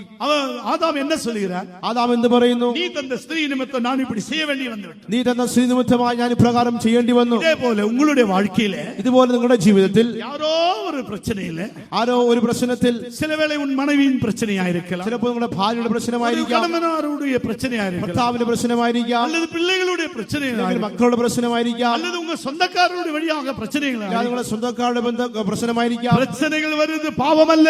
പ്രശ്നങ്ങൾ വരുന്നത് ഒരു പാപമല്ല. பிரச்சனைகள் வருகிறது நம்மை சேதப்படுத்தும்படியாக அல்ல. പ്രശ്നങ്ങൾ നമ്മെ നശിപ്പിക്കുവാൻ വേണ്ടിയല്ല. ஆனால் അത് നിമിത്തം നീ உடைந்த பாத்திரமாய் காணப்பட்டால், എന്നാൽ അത് നിമിത്തമായി നിങ്ങൾ ഉടഞ്ഞ പാത്രമായി കാണപ്പെടുന്നു. உடைந்து போய்விட்டால், നിന്റെ ജീവിതം ഉടഞ്ഞുപോയി, உன் வாழ்க்கை அது உடைந்த അനുഭവത്തിൽ കാണപ്പെടും என்றால், നിങ്ങളുടെ ജീവിതം ഉടയ്ക്കപ്പെട്ട അവസ്ഥയിൽ കാണപ്പെടുന്നുവെങ്കിൽ, அதற்கு பிற்பாடு நீ என் தேவ சமூகத்தில் வந்து என்ன ஆசீர்வாதம் பெற்றாலும், അതിനുശേഷം നിങ്ങൾ ദൈവസന്നിധിയിൽ അനുഗ്രഹം പ്രാപിച്ചാലും, அந்த உடைந்த அனுபவத்திலே வாயிலாக ஆண்டவருடைய ஆசீர்வாதம் போய்க்கொண்டே இருக்கும். ആ ഉടഞ്ഞ ഭാഗത്തിൽ കൂടെ ദൈവത്തിന്റെ അനുഗ്രഹങ്ങൾ പോയിക്കൊണ്ടേയിരിക്കും. என்னுடைய வாழ்க்கையிலே நான் பயங்கரமான ஒரு காரியத்தை சந்தித்தேன். ഞാൻ എന്റെ ജീവിതത്തിൽ ഒരു കാര്യത്തെ സന്ദർശിക്കുകയുണ്ടായി. நான் ஒன்றும் பேசவில்லை, ഞാനൊന്നും സംസാരിച്ചില്ല, சண்டை போடவில்லை, ഞാൻ വഴക്കുണ്ടാക്കിയില്ല, எதிர்ப்பு தெரிவிக்கவே, ഞാൻ എതിർപ്പ് അറിയിച്ചില്ല. பயங்கரமாக என்னை தாழ்த்தி விட்டார். എന്നെ ഭയങ്കരമായി താഴ്ത്തി കളഞ്ഞു. அப்படியாக நான் மாற்றப்பட்டு வேறு இடத்துக்கு போய்விட்டேன். അങ്ങനെ ഞാൻ മാറ്റപ്പെട്ട് ഒരു സ്ഥലത്തേക്ക് പോയി. அந்த இடத்தில் நான் போய் நான் சந்தோஷமாக இருக்க ஆரம்பித்தேன். അവിടെ പോയി ഞാൻ സന്തോഷത്തോടുകൂടി ഇരിക്കുവാൻ തുടങ്ങി. ஒரு ஸ்தோத்திர ஜெபத்துக்கு நான் போய் வல்லமையாய் ஸ்தோத்திரம் பண்ணுவேன். ഓരോ സ്തോത്ര പ്രാർത്ഥന പോയി ഞാൻ ശക്തിയോടെ സ്തോത്രം ചെയ്യും. ஆனால் என்னுடைய அறைக்கு நான் வரும்போது விரமியாக்கப்பட்ட நிலவரத்திலே இருந்தேன். എന്നാൽ എന്റെ റൂമിലേക്ക് വരുമ്പോൾ ഞാൻ ഒന്നുമില്ലാത്ത അവസ്ഥയിലേക്ക് കടന്നു വന്നു. நான் நினைத்தேன் பிசாசின் போராட்டம் என்று. ഞാനും വിചാരിച്ചു ഇത് പിശാചിന്റെ പോരാട്ടമായിരിക്കും. வல்லமையெல்லாம் அதட்டி பார்த்தேன். ആ ശക്തികളെല്ലാം ശാസിച്ചു നോക്കി. காலையிலே ஸ்தோத்திர ஜெபத்துக்கு போனேன். വീണ്ടും നാം രാവിലെ സ്തോത്ര പ്രാർത്ഥനയ്ക്ക് പോയി. நல்ல ஸ்தோத்திர ஆவியிலே ஸ்தோத்திரம் பண்ணினேன். ആത്മാവ് നല്ലപോലെ സ്തോത്രം ചെയ്തു. என்னுடைய அறைக்கு வந்தபோது நான் விரமியாக்கப்பட்டேன். എന്നാൽ എന്റെ റൂമിലേക്ക് വരുമ്പോൾ ഞാൻ ഒന്നുമില്ലാത്ത അവസ്ഥരായി. எனக்கு தெரியும், எனக்கு உள்ளான அனுபவத்திலே தெரியும், நான் விரமியாக்கப்பட்டு கொண்டே എന്റെ இருக்கிறேன். ഉള്ളിലെ അവസ്ഥ വെച്ച് എനിക്ക് മനസ്സിലാക്കുവാൻ ഞാൻ ഒന്നുമില്ലാതിരിക്കുന്നു. உபவாசம் எடுத்து ஜெபிக்க ஆரம்பித்தேன். ഞാൻ ഉപവസിച്ച് പ്രാർത്ഥിക്കുവാൻ തുടങ്ങി. கர்த்தர் சொன்னார், കർത്താവ് പറഞ്ഞു, அந்த நபரிடம் போய் நீ மன்னிப்பு கேள். ആ വ്യക്തിയോട് പോയി നീ ക്ഷമ ചോദിക്കുക. மறுநாள் காலையில் அந்த நபரிடம் மன்னிப்பு கேட்டேன். ഞാൻ മറുദിവസം രാവിലെ ആ വ്യക്തിയോട് ക്ഷമ ചോദിച്ചു. போய் சென்று மன்னிப்பு கேட்டேன். അവിടെ പോയി ക്ഷമ ചോദിച്ചു. கேட்டபோது இப்பொழுதாவது உங்கள் கண் தெளிந்து விட்டதா என்று சொன்னார். ഇപ്പോഴെങ്കിലും നിങ്ങളുടെ കണ്ണ് തുറന്നോ എന്ന് ചോദിച്ചു. எனக்கு வந்த கோபம், பிசாசு சொல்றான் எல்லாம் அவிழ்த்து விடு, அவங்க செய்த கிரியையெல்லாம் அவிழ்த்து விடு. എനിക്ക് വന്ന കോപത്താൽ അവൾ ചെയ്ത എല്ലാ കാര്യങ്ങളും അവിടെ അഴിച്ചുവിട്ടു. அழித்து விடு என்று என்று பிசாசு சொல்லுகிறார். അവിടെ നശിപ്പിച്ച് കളയുന്ന പിശാച് പറയുന്നു. அந்த அவங்க செய்த பிரச்சனைகள் எல்லாம் சொல்லு. അവർ പറഞ്ഞതായ പ്രശ്നങ്ങളെല്ലാം എടുത്തു പറയുവാനും പിശാച് പറയുന്നു. நான் உடனே அதட்டினேன். ഞാൻ അവരെ ശാസിച്ചു. நான் மன்னித்து விட்டேன். ഞാൻ ക്ഷമിച്ചു. நான் மனப்பூர்வமாய் மன்னித்து ഞാൻ മനഃപൂർവ്വമായി ക്ഷമിച്ചു. நான் மௌனமாய் இருந்தது உண்மைதான். ഞാൻ മൗനമായത് സത്യം തന്നെ. ஆனால் என் இருதயத்திலே கசப்பு இருந்தது. എന്നാൽ എന്റെ ഹൃദയത്തിൽ കയ്പുണ്ടായിരുന്നു. அந்த கசப்பு தான் என்னுடைய பாத்திரம் உடைய ஆரம்பித்தது. ആ കയ്പാകുന്നു എന്റെ പാത്രം ഉടയുവാനുള്ള കാരണം. நான் மன்னிப்பு கேட்டபோது, ഞാൻ ക്ഷമ ചോദിച്ചപ്പോൾ, அவர்கள் எனக்காக ஜெபித்தபோது, അവർ എനിക്ക് വേണ്ടി പ്രാർത്ഥിച്ചപ്പോൾ சந்தோஷத்தோடு திரும்பி வந்தேன். സന്തോഷത്തോടെ ഞാൻ മടങ്ങി വന്നു. அருமையானவர்களே, மறுநாள் காலையிலே ஸ்தோத்திர ஜெபத்துக்கு எழுந்தேன். പ്രിയമുള്ളവരെ, അടുത്ത ദിവസം സ്തോത്ര പ്രാർത്ഥന എഴുന്നേറ്റു. ஸ்தோத்திரம் பண்ண ஆரம்பித்தேன். സ്തോത്രം ചെയ്യുവാൻ തുടങ്ങി. ஒரு நிறைவான அனுபவம், ഒരു നിറവായ അനുഭവം ഉണ്ടായി. காலையிலே கர்த்தர் என்னோடு பேச ஆரம்பித்தார். രാവിലെ തന്നെ ദൈവനോട് സംസാരിക്കുവാൻ തുടങ്ങി. வார்த்தைகளை தந்தார். ദൈവം വാക്കുകളെ തന്നു, வசனத்தை தந்தார், വചനത്തെ തന്നു, வெளிப்படுத்தலை தந்தார், വെളിപ്പാടുകൾ തന്നു. இழந்து போன ஆசீர்வாதங்களை மறுபடியும் புதுப்பிக்க ஆண்டவர் உதவி செய்தார். നഷ്ടപ്പെട്ടു പോയ അനുഗ്രഹത്തെ വീണ്ടും പ്രാപിപ്പാൻ ദൈവം സഹായിച്ചു. ஆனபடியால் உடைந்த அனுபவத்தோடு நீ தேவ சமூகத்திற்கு வந்திருக்கிறாய். ആയാൽ ഉടഞ്ഞ പാത്രത്തെ പോലെ ദൈവസന്നിധിയിൽ വന്നിരിക്കുന്നുവെങ്കിൽ, ஒருவேளை நீ மௌனமாய் இருந்திருக்கலாம், ഒരുപക്ഷെ നീ മൗനമായിരുന്നിരിക്കാം, ஒருவேளை நீ எதிர்த்து பேசாமல் மௌனமாய் இருந்திருக்கலாம், ഒരുപക്ഷെ എതിർത്ത് സംസാരിക്കാതെ മൗനമായിരുന്നേക്കാം. இருதயத்தின் கசப்பு நிமித்தம் நீ உடைந்த பாத்திரம் தான். എന്നാൽ ഹൃദയത്തിലെ കയ്പ് നിമിത്തം നീ ഉടഞ്ഞ പാത്രമാകുന്നു. அவருடைய பார்வையிலே அக்கிரமமாய் காணப்படுகிறது. ദൈവത്തിന്റെ ദൃഷ്ടിയിൽ അത് അതിക്രമമായി കാണപ്പെടുന്നു. அக்கிரமத்தை இன்று இரவு மன்னிக்க கர்த்தர் சித்தம் கொண்டிருக்கிறார். നിന്റെ അക്രമത്തെ രാത്രി ക്ഷമിക്കുവാൻ ദൈവം മനസ്സുള്ളവനായിരിക്കുന്നു. அவர் உனக்கு அருமையான கனமான பாத்திரமாக உன்னை சிருஷ்டித்த தேவன். നിന്നെ ദൈവം വിലയേറിയ മാത്രമായി സൃഷ്ടിച്ചവനായ ദൈവം, உன்னை விலையேற பாத்திரமாய் தெரிந்தெடுத்த தேவன், വിലയേറിയ മാത്രമായി തിരഞ്ഞെടുത്തവനായ ദൈവം, சவுலை பவுலாக்கின தேவன், ശൗലിനെ പൗലോസാക്കിയ ദൈവം, நான் தெரிந்தெடுக்கப்பட்ட பாத்திரம் என்று கர்த்தரே சாட்சி கூறுகிறார். ഞാൻ തിരഞ്ഞെടുത്ത പാത്രം ദൈവം തന്നെ സാക്ഷ്യം പറയുന്നു. ஆனால் உன்னுடைய நிலவரம் இன்று ராத்திரி எவ்வாறாக காணப்படுகிறது? എന്നാൽ നിങ്ങളുടെ നിലവാരം ഇപ്പോൾ ഈ രാത്രി എപ്രകാരം ഇരിക്കുന്നു? பழைய ஏற்பாட்டிலே தேவன் இஸ்ரவேல் ஜனத்தை குறித்து இவ்வாறு சொல்லுகிறார். പഴയ നിയമത്തിൽ ദൈവം ഇസ്രായേൽ ജനത്തെ പറ്റി ഇപ്രകാരം പറഞ്ഞു, அவர் என்னை இரண்டு விதத்தில் எனக்கு விரோதமாக தீமை செய்தார். അവർ രണ്ടു വിധത്തിൽ എനിക്ക് വിരോധമായി ദ്രോഹം ചെയ്തു. ஜீவ தண்ணீராகிய ஊற்றாகி என்னை அவர் விட்டுவிட்டார். ജലവെള്ളമായി എന്നെ അവർ ഉപേക്ഷിച്ചു. வெடிப்புள்ளதான தொட்டிகளை தெரிந்து கொண்டார். പൊട്ടക്കിണറുകളെ കുഴിച്ചു. வாசிங்க எரேமியா 2-ാം அதிகாரம் 13-ാം വാക്യം. 13-ാം വചനം. എന്റെ ജനം രണ്ടു ദോഷം ചെയ്തിരിക്കുന്നു. അവർ ജീവജലത്തിന്റെ ഉറവായി എന്നെ ഉപേക്ഷിച്ച് വെള്ളമില്ലാത്ത കിണറുകളെ പൊട്ടക്കിണറുകളെ തന്നെ കുഴിച്ചിരിക്കുന്നു. என் ஜனங்கள் இரண்டு தீமைகளை செய்தார்கள். ஜீவ தண்ணீர் ஊற்றாகிய என்னை விட்டு விட்டார்கள். தண்ணீர் நிற்காத தொட்டிகளாகிய வெடிப்புள்ள தொட்டிகளை தங்களுக்கு வெட்டி கொண்டார்கள். தண்ணீர் நிற்காத வெடிப்புள்ள தொட்டிகளை அவர்கள் வெட்டி கொண்டார்கள். വെള്ളമില്ലാത്ത കിണറുകളെ പൊട്ടക്കിണറുകളെ അവർ കുഴിച്ചു. ജീവനുള്ള தண்ணீராகிய என்னை அவர்கள் விட்டுவிட்டார். ജീവജലത്തിന്റെ ഉറവയായ എന്നെ അവർ ഉപേക്ഷിച്ചു. அருமையானவர்களே, கர்த்தருடைய வருகை மிகவும் சமீபமாயிருக்கிறது.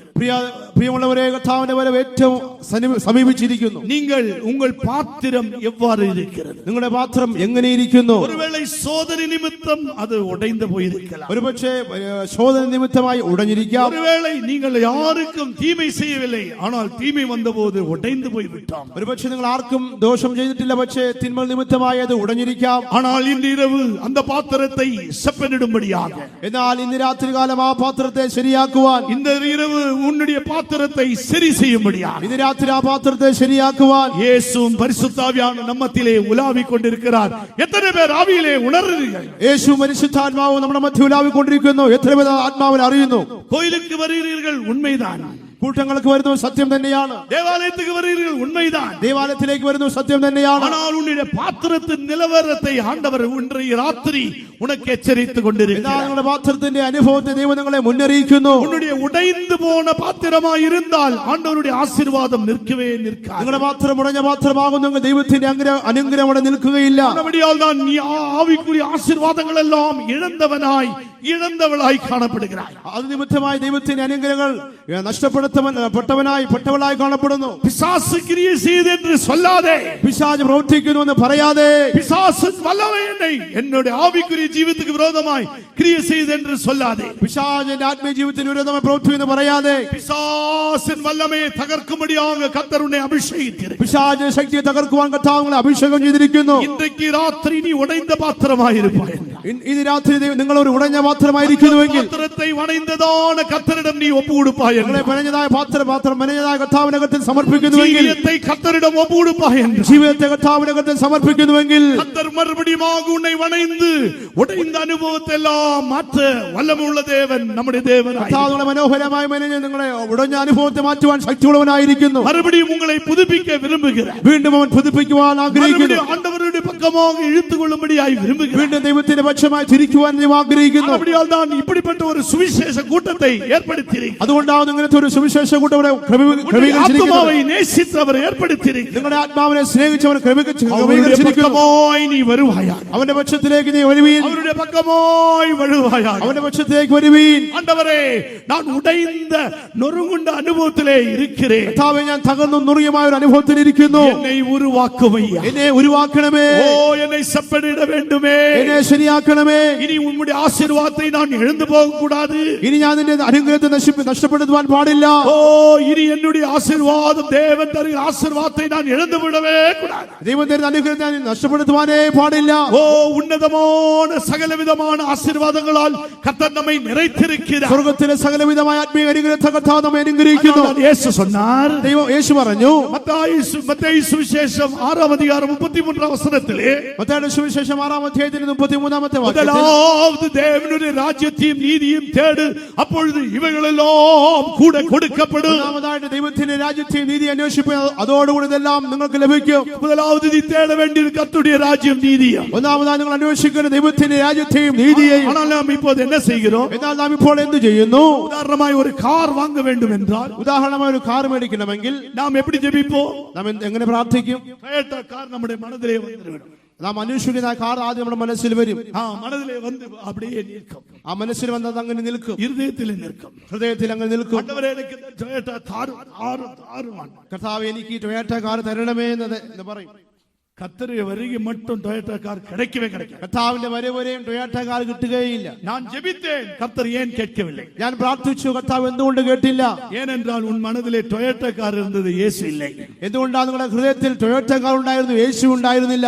அநேகருடைய ஜெபம் கேட்கப்படாது இருக்கிறது காரணம் அவருடைய மனதில் அந்த பொருள் வந்து காணப்படுகிறது. ഇത് അനേകരുടെ പ്രാർത്ഥനകൾ ദൈവം കേൾക്കാത്തതിന്റെ കാര്യം അവിടെ മനസ്സിൽ ആ വസ്തു വന്നിരിക്കുന്നു.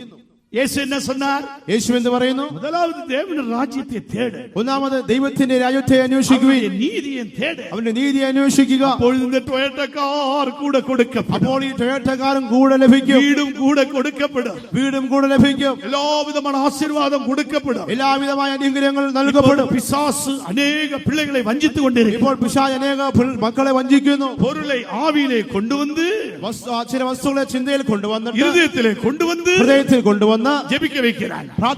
പ്രാർത്ഥിക്കാൻ പറയുന്നു. ஆனால் கிடைக்க மாட்டேங்குது. എന്നാൽ ലഭിക്കുന്നില്ല. இதனால் தான் அநேகர் விசுவாசம் விட்டு போய் கொண்டிருக்கிறார். ഇത് നിമിത്തം അനേകർ വിശ്വാസത്തിൽ നിന്ന് അകന്നു പോകുന്നു. மனுஷகுமாரன் வெளிப்படும் போது பூமியிலே விசுவாசத்தை காண்பாரோ? മനുഷ്യപുത്രൻ വെളിപ്പെടുമ്പോൾ ഭൂമിയിൽ വിശ്വാസം കണ്ടെത്തുമോ? ஏனென்றால் நம்முடைய ஆவியிலே கர்த்தரை தேட வேண்டும். എന്നാൽ നമ്മുടെ ആത്മാവിൽ നാം നമ്മുടെ ദൈവത്തെ അന്വേഷിക്കണം. ராத்திரி தீர்மானம் செய்வோமா? ഈ രാത്രി തീരുമാനിച്ചു ஆவியிலே கர்த்தரை தேடுவோமா? ആത്മാവിൽ ദൈവത്തെ തേടാം. இருதயத்திலே கர்த்தருக்குள் களி கூறுவோமா? ഹൃദയത്തിൽ ദൈവത്തിൽ സന്തോഷിക്കാം. வேற ஒன்று நீங்கள் தேட வேண்டாம். വേറെ ഒന്നും നിങ്ങൾ അന്വേഷിക്കേണ്ട. பூமிக்குரிய காரியங்களை தேட வேண்டாம். ഭൗമികമായ കാര്യങ്ങൾ തേടേണ്ട. நம்முடைய ஆத்துமா குணமாய் இருந்தால், നിങ്ങളുടെ ആത്മാവ് ഗുണമായിരിക്കുന്നുവെങ്കിൽ, நம்முடைய ஆவி தேவனை தேடும் என்றால், ആത്മാവ് ദൈവത്തെ തേടുന്നുവെങ്കിൽ சரீரத்திலும் விடுதலை உண்டாகும். ശരീരത്തിലും നിങ്ങൾക്ക് വിടുതലുണ്ടാകും. எத்தனை பேர் உங்கள் ஆவியிலும் ஆத்துமாவிலும் விடுதலை பெற்றுக் கொள்ளும்படியாய் விரும்புகிறீர்கள்? എത്ര പേര് നിങ്ങളുടെ ശരീരത്തിലും ആത്മാവിൽ വിടുവിക്കപ്പെടുവാൻ ആഗ്രഹിക്കുന്നു? അക്രമങ്ങളെല്ലാം മன்னித்து, നിങ്ങളുടെ അതിക്രമങ്ങളെല്ലാം ക്ഷമിച്ച്, ഉന്നോയികളെല്ലാം ഗുണമാക്കുന്ന ദൈവം, നിങ്ങളുടെ രോഗത്തെ സൗഖ്യമാക്കുന്നതിനായ ദൈവം, ആവിയെ ഗുണമാക്കുന്ന ദൈവം, നിങ്ങളുടെ പ്രാണനെ സൗഖ്യമാക്കുന്ന ദൈവം, ഉன்னுடைய ആത്മാവെ ഗുണമാക്കുന്ന ദൈവം, നിങ്ങളുടെ ആത്മാവിനെ സൗഖ്യമാക്കുന്നതിനായ ദൈവം, ശരീരത്തെ ഗുണമാക്കുന്ന ദൈവം, ശരീരത്തെ സൗഖ്യമാക്കുന്നതിനായ ദൈവം നമ്മത്തിലെ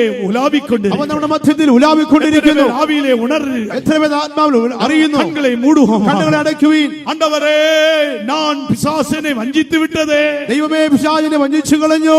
ஆண்டவரே உலகத்துடைய காரியங்களை குறித்து யோசித்துக் கொண்டிருந்தேன். ദൈവമേ ലൗകികമായ കാര്യങ്ങളെ ചിന്തിച്ചുകൊണ്ടേയിരുന്നു. ஜெபத்திலே அந்த காரியங்கள் தான் வெளிப்பட்டு கொண்டிருந்தது. പ്രാർത്ഥന ആ കാര്യങ്ങളാണ് വെളിപ്പെട്ടുകൊണ്ടേയിരുന്നത്. என்னை மன்னியும் ஆண்டவரே. എന്നോട് ക്ഷമിക്കണമേ ദൈവമേ. ஒரு கூக்குரலின் சத்தம் கேட்கப்படட்டும். ഒരു നിലവിളിയുടെ ശബ്ദം കേൾക്കട്ടെ. ஒரு கூக்குரலின் சத்தம் ஆண்டவருடைய சமூகத்தில் எட்டட்டும். ഒരു നിലവിളിയുടെ ശബ്ദം ദൈവസന്നിധിയിൽ പോയി എത്തട്ടെ. ஒரு கூக்குரலின் சத்தத்தை கேட்கிற தேவன் நம்முடைய தேவன். ഒരു നിലവിളിയുടെ ശബ്ദത്തെ കേൾക്കുന്ന ദൈവം നമ്മുടെ ദൈവമാകുന്നു. நம்முடைய கூக்குரலின் சத்தம் கேட்கும் பொழுது നിങ്ങളുടെ നിലവിളിയുടെ ശബ്ദം കേൾക്കുമ്പോൾ ஆண்டவர் சொல்லுகிறார், ദൈവം പറയുന്നു, நான் உன்னை குணமாக்குவேன். ഞാൻ നിന്നെ സൗഖ്യമാക്കും. இந்த பாத்திரமாகிய உன்னை குணமாக்குவேன். ഉടഞ്ഞ മാത്രമായി നിന്നെ ഞാൻ സൗഖ്യമാക്കും. இந்த பாத்திரமாகிய உன்னை நான் சப்பனிடுவேன். ഉടഞ്ഞ മാത്രമായി നിന്നെ ഞാൻ നേരെയാക്കും. ஓ, உனக்கு நான் என் ஆசீர்வாதங்களை தரப்போகிறேன். നിനക്ക് ഞാൻ എന്റെ അനുഗ്രഹത്തെ തരുവാൻ പോകുന്നു. உன்னதத்துக்குரிய ஆசீர்வாதங்களால் நிறைப்பேன். ഉന്നതത്തിലെ അനുഗ്രഹത്താൽ നിറയ്ക്കും. ஆசீர்வாதங்களால் நிறைப்பேன். സ്വർഗീയ അനുഗ്രഹത്താൽ നിറയ്ക്കും. நீ எனக்குரியவன். നീ എനിക്കുള്ളവൻ. நீ எனக்குரியவன். നീ എനിക്കുള്ളവൾ. நான் உன்னை விட்டு போக மாட்டேன். ഞാൻ നിന്നെ വിട്ടുപോകുകയില്ല. இந்த ராத்திரி உன்னை குணமாக்க ഈ போகிறேன். രാത്രി നിന്നെ நீ ഗുണമാക്കുന്നു. விசுவாசிப்பாயா? നീ വിശ്വസിക്കുന്നുവെങ്കിൽ ஆண்டவரே, என்னை குணமாக்கு. കർത്താവിനെ സൗഖ്യമാക്കും. அப்பொழுது நான் குணமாவேன். അപ്പോ ഞാൻ സുഖമാകും. எல்லாரும் கண்களை மூடி എല്ലാവരും കണ്ണടയ്ക്കുവീൻ. ஆண்டவருடைய சமூகத்தில் ஒப்பு விடுங்க. ദൈവസന്നിധിയിൽ സമർപ്പിക്കുവീൻ. எந்த நிலவரத்தில் நீ வந்தாலும், ഏതവസ്ഥയിലായിരുന്നാലും, எந்த ആഴത്തിൽ நீ പോனாலும், ഏതവസ്ഥയിൽ പോയാലും, எந்த பின்மாற்ற நிலவரத்தில் இருந்தாலும், ഏത് പിന്മാറ്റ അവസ്ഥയിലായിരുന്നാലും, இந்த ராத்திரி வேளையிலே ഈ രാത്രിയിൽ உன்னை குணமாக்கும்படி നിന്നെ സൗഖ്യമാക്കുവാൻ அதற்கு நேரம் தேவையில்லை. അതൊക്കെ സമയം ആവശ്യമില്ല. அதற்கு நேரம் தேவையில்லை. അതിന് സമയം ആവശ്യമില്ല. உன் വായിலிருந்து നീ அறிக்கை செய்வாய். നിന്റെ വായ് കൊണ്ട് ഏറ്റുപറയുന്നുവെങ്കിൽ, ஆண்டவரே, என்னை விடுவிக்க வேண்டுமே, കർത്താവേ എന്നെ വിടുവിക്കണമേ, நீ அறிக்கை செய்வாய் என்று ഏറ്റുപറയുന്നുവെങ്കിൽ இப்பொழுதே ഇപ്പോൾ തന്നെ உன்னை குணமாக்கும்படி നിന്നെ സൗഖ്യമാക്കുവാൻ வல்லமையை பெற்றுக்கொள். ശക്തിയെ പ്രാപിക്കുവീൻ. குணமாக்கப்பட்டவர்கள் ஒரு வல்லமையை பெற்றுக்கொள்ளுங்க. സൗഖ്യമാക്കപ്പെട്ടവർ ശക്തിയെ പ്രാപിക്കുവീൻ. ஒரே வார்த்தை சொல்லுங்க. ഒരേ വാക്ക് പറയുന്നു.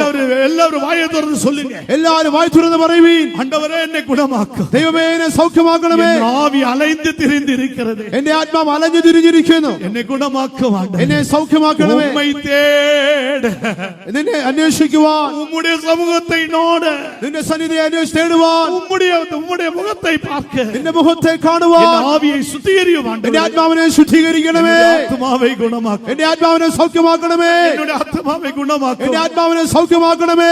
ஏதோ ஒரு காலத்துல பிரச்சனை வந்தது. ഏതോ ഒരു കാലത്തിൽ പ്രശ്നമുണ്ടായി. நான் உடைந்து போய்விட்டேன். ഞാൻ ഉടഞ്ഞുപോയി. நான் உடைந்து ഞാൻ போய்விட்டேன். ഉടഞ്ഞുപോയി. கர்த்தாவே, என்னை குணமாக்க. കർത്താവേ എന്നെ സൗഖ്യമാക്കണമേ. குணமாக்க வேண்டுமே. എന്നെ സൗഖ്യമാക്കണമേ. ஆகவே സത്യവാസമായിട്ട് கூக்குரல் இடுவாய் என்றால் നിലവിളിക്കുന്നുവെങ്കിൽ கர்த்தர் உன்னை அபிஷேகிக்க போகிறார். കർത്താവ് നിങ്ങളെ അഭിഷേകിക്കുവാൻ പോകുന്നു. உன்னை வல்லமையாய் அபிஷேகிக்க போகிறார். നിങ്ങളെ ശക്തിയാൽ അഭിഷേകിക്കുന്നു. பரிசுத்தாவியானவர் வானத்திலிருந்து வர காத்திருக்க வேண்டாம். പരിശുദ്ധാത്മാവ് ആകാശത്തിൽ നിന്ന് വരുവാൻ കാത്തിരിക്കേണ്ട. உனக்குள்ளே ஆவியானவர் இருக்கிறார். നിങ്ങൾക്കുള്ളിൽ ദൈവത്തിന്റെ ആത്മാവ് ഇരിക്കുന്നു. முட்டி எழுப்பு. അതിനെ ജ്വലിപ്പിക്കുക. வாயை திறந்து വായ சொல்லுங்க. തുറക്കുക. விடுதலை. ஆமென். അവൻ വിടുതൽ. கட்டுகள் அவிழ்க்கப்படும். കെട്ടുകൾ അഴിക്കപ്പെടട്ടെ. ஓ, குமாரன் உங்களை விடுதலையாக்கினார். പുത്രൻ നിങ്ങളെ വിടുവിക്കുന്നുവെങ്കിൽ மெய்யாகவே விடுதலையாக നിങ്ങൾ വാസ്തവമായി വിടുവിക്കപ്പെട്ടവർ. எல்லாரும் வாயை திறங்கள். എല്ലാവരും വായ തുറക്കുവീൻ. காலில் அமர்ந்திருக்கிறவர்களே, കസേരയിൽ ഇരിക്കുന്നവരും உங்கள் வாயை திறங்க. നിങ്ങളുടെ വായ തുറക്കുവീൻ. கர்த்தர் விடுவிக்க சித்தம் கொண்டிருக்கிறார். കർത്താവ് വിടുവിക്കുവാൻ ആഗ്രഹിക്കുന്നു.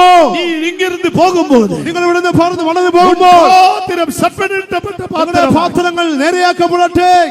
உன் பாத்திரத்தில் ஓட்டை விடாமல் നിങ്ങളുടെ പാത്രത്തിൽ ഓട്ട ഉണ്ടാകാതിരിക്കട്ടെ. நிறைவான ஆசீர்வாதத்தோடு இங்கிருந்து கடந்து செல். നിറമായ അനുഗ്രഹത്തോടുകൂടെ കടന്നു പോകുവീൻ. இந்த பாத்திரத்தை கர்த்தர் சரி செய்து ആ கொண்டிருக்கிறார். പാത്രത്തെ ദൈവം ശരിയാക്കിക്കൊണ്ടേയിരിക്കുന്നു. உன்னுடைய வாழ்க்கையை கர்த்தர் மாற்றிக் നിങ്ങളുടെ கொண்டிருக்கிறார். ജീവിതത്തെ കർത്താവ് രൂപാന്തരപ്പെടുത്തിക്കൊണ്ടേയിരിക്കുന്നു. ஆசீர்வாதங்களால் நிறைத்து கொண்டிருக்கிறார். ആത്മീക അനുഗ്രഹത്താൽ നിറയ്ക്കുന്നു. அவியிலே பலப்படுவாய். ആത്മാവിൽ ബലപ്പെടുവീൻ. ஆமென். கட்டுகள் அவிழ்க்கப்படட்டும். കെട്ടുകൾ അഴിക്കപ്പെടട്ടെ. தேவனுடைய ஆவி எங்கே உண்டோ ദൈവത്തിന്റെ ആത്മാവ് എവിടെ ഉണ്ടോ அங்கே விடுதலை உண்டு. അവിടെ വിടുതലുണ്ട്. அங்கே விடுதலை உண்டு. അവിടെ വിടുതലുണ്ട്. ஆவியினால் விடுதலை பெற்றுக்கோ. ആത്മാവിനാൽ വിടുവിക്കപ്പെടുവീൻ. தேவன் ஆவியாயிருக்கிறார். ദൈവം ആത്മാവാകുന്നു. இன்னும் சிலர் மௌனமாயிருக்கிறார். ഇന്നും അനേകർ മൗനമായിരിക്കുന്നു. வாயை திற. വായ തുറക്കുവീൻ. சரியான ஒரு அபிஷேகம் ശരിയായ ഒരു അഭിഷേകം பெற்றுக்கோ. പ്രാപിക്കുവീൻ. விடுதலை பெற்றுக்கோ. വിടുതൽ പ്രാപിക്കുവീൻ. நாளைக்கு உன்னுடைய நாள் அல்ல. നാളെ നിങ്ങളുടെ ദിവസമല്ല, இன்றைக்கே. ഇന്ന് തന്നെ, இப்பொழுதே. ഇപ്പോൾ തന്നെ விடுதலை பெற்றுக்கோ. വിടുതലെ പ്രാപിക്കുവീൻ. ரபானா தரசியா ரகத்தினா. ஓ சபாபாபா ரகத். லமாவுரிபினி கடவல கத்ராய். யோ இடி கடவல கத்ராய். ஹalleluya. Oh, Rabakachida Balakachida. Amen. Hallelujah. Hallelujah. Hallelujah. Oh, Rabakachida Balakachida Indibikanda Balakachida. Amen. Hallelujah. Praise the Lord Jesus. Amen. Hallelujah. Oh, Rabakachida Bala Ramana Kathura Indibikanda Balakachida. Amen. വെളിച്ചങ്ങൾ വീശുന്നു അന്ധകാരം മാറുന്നു വെളിച്ചങ്ങൾ വീശുന്നു അന്ധകാരം മാറുന്നു ദൈവത്തിന്റെ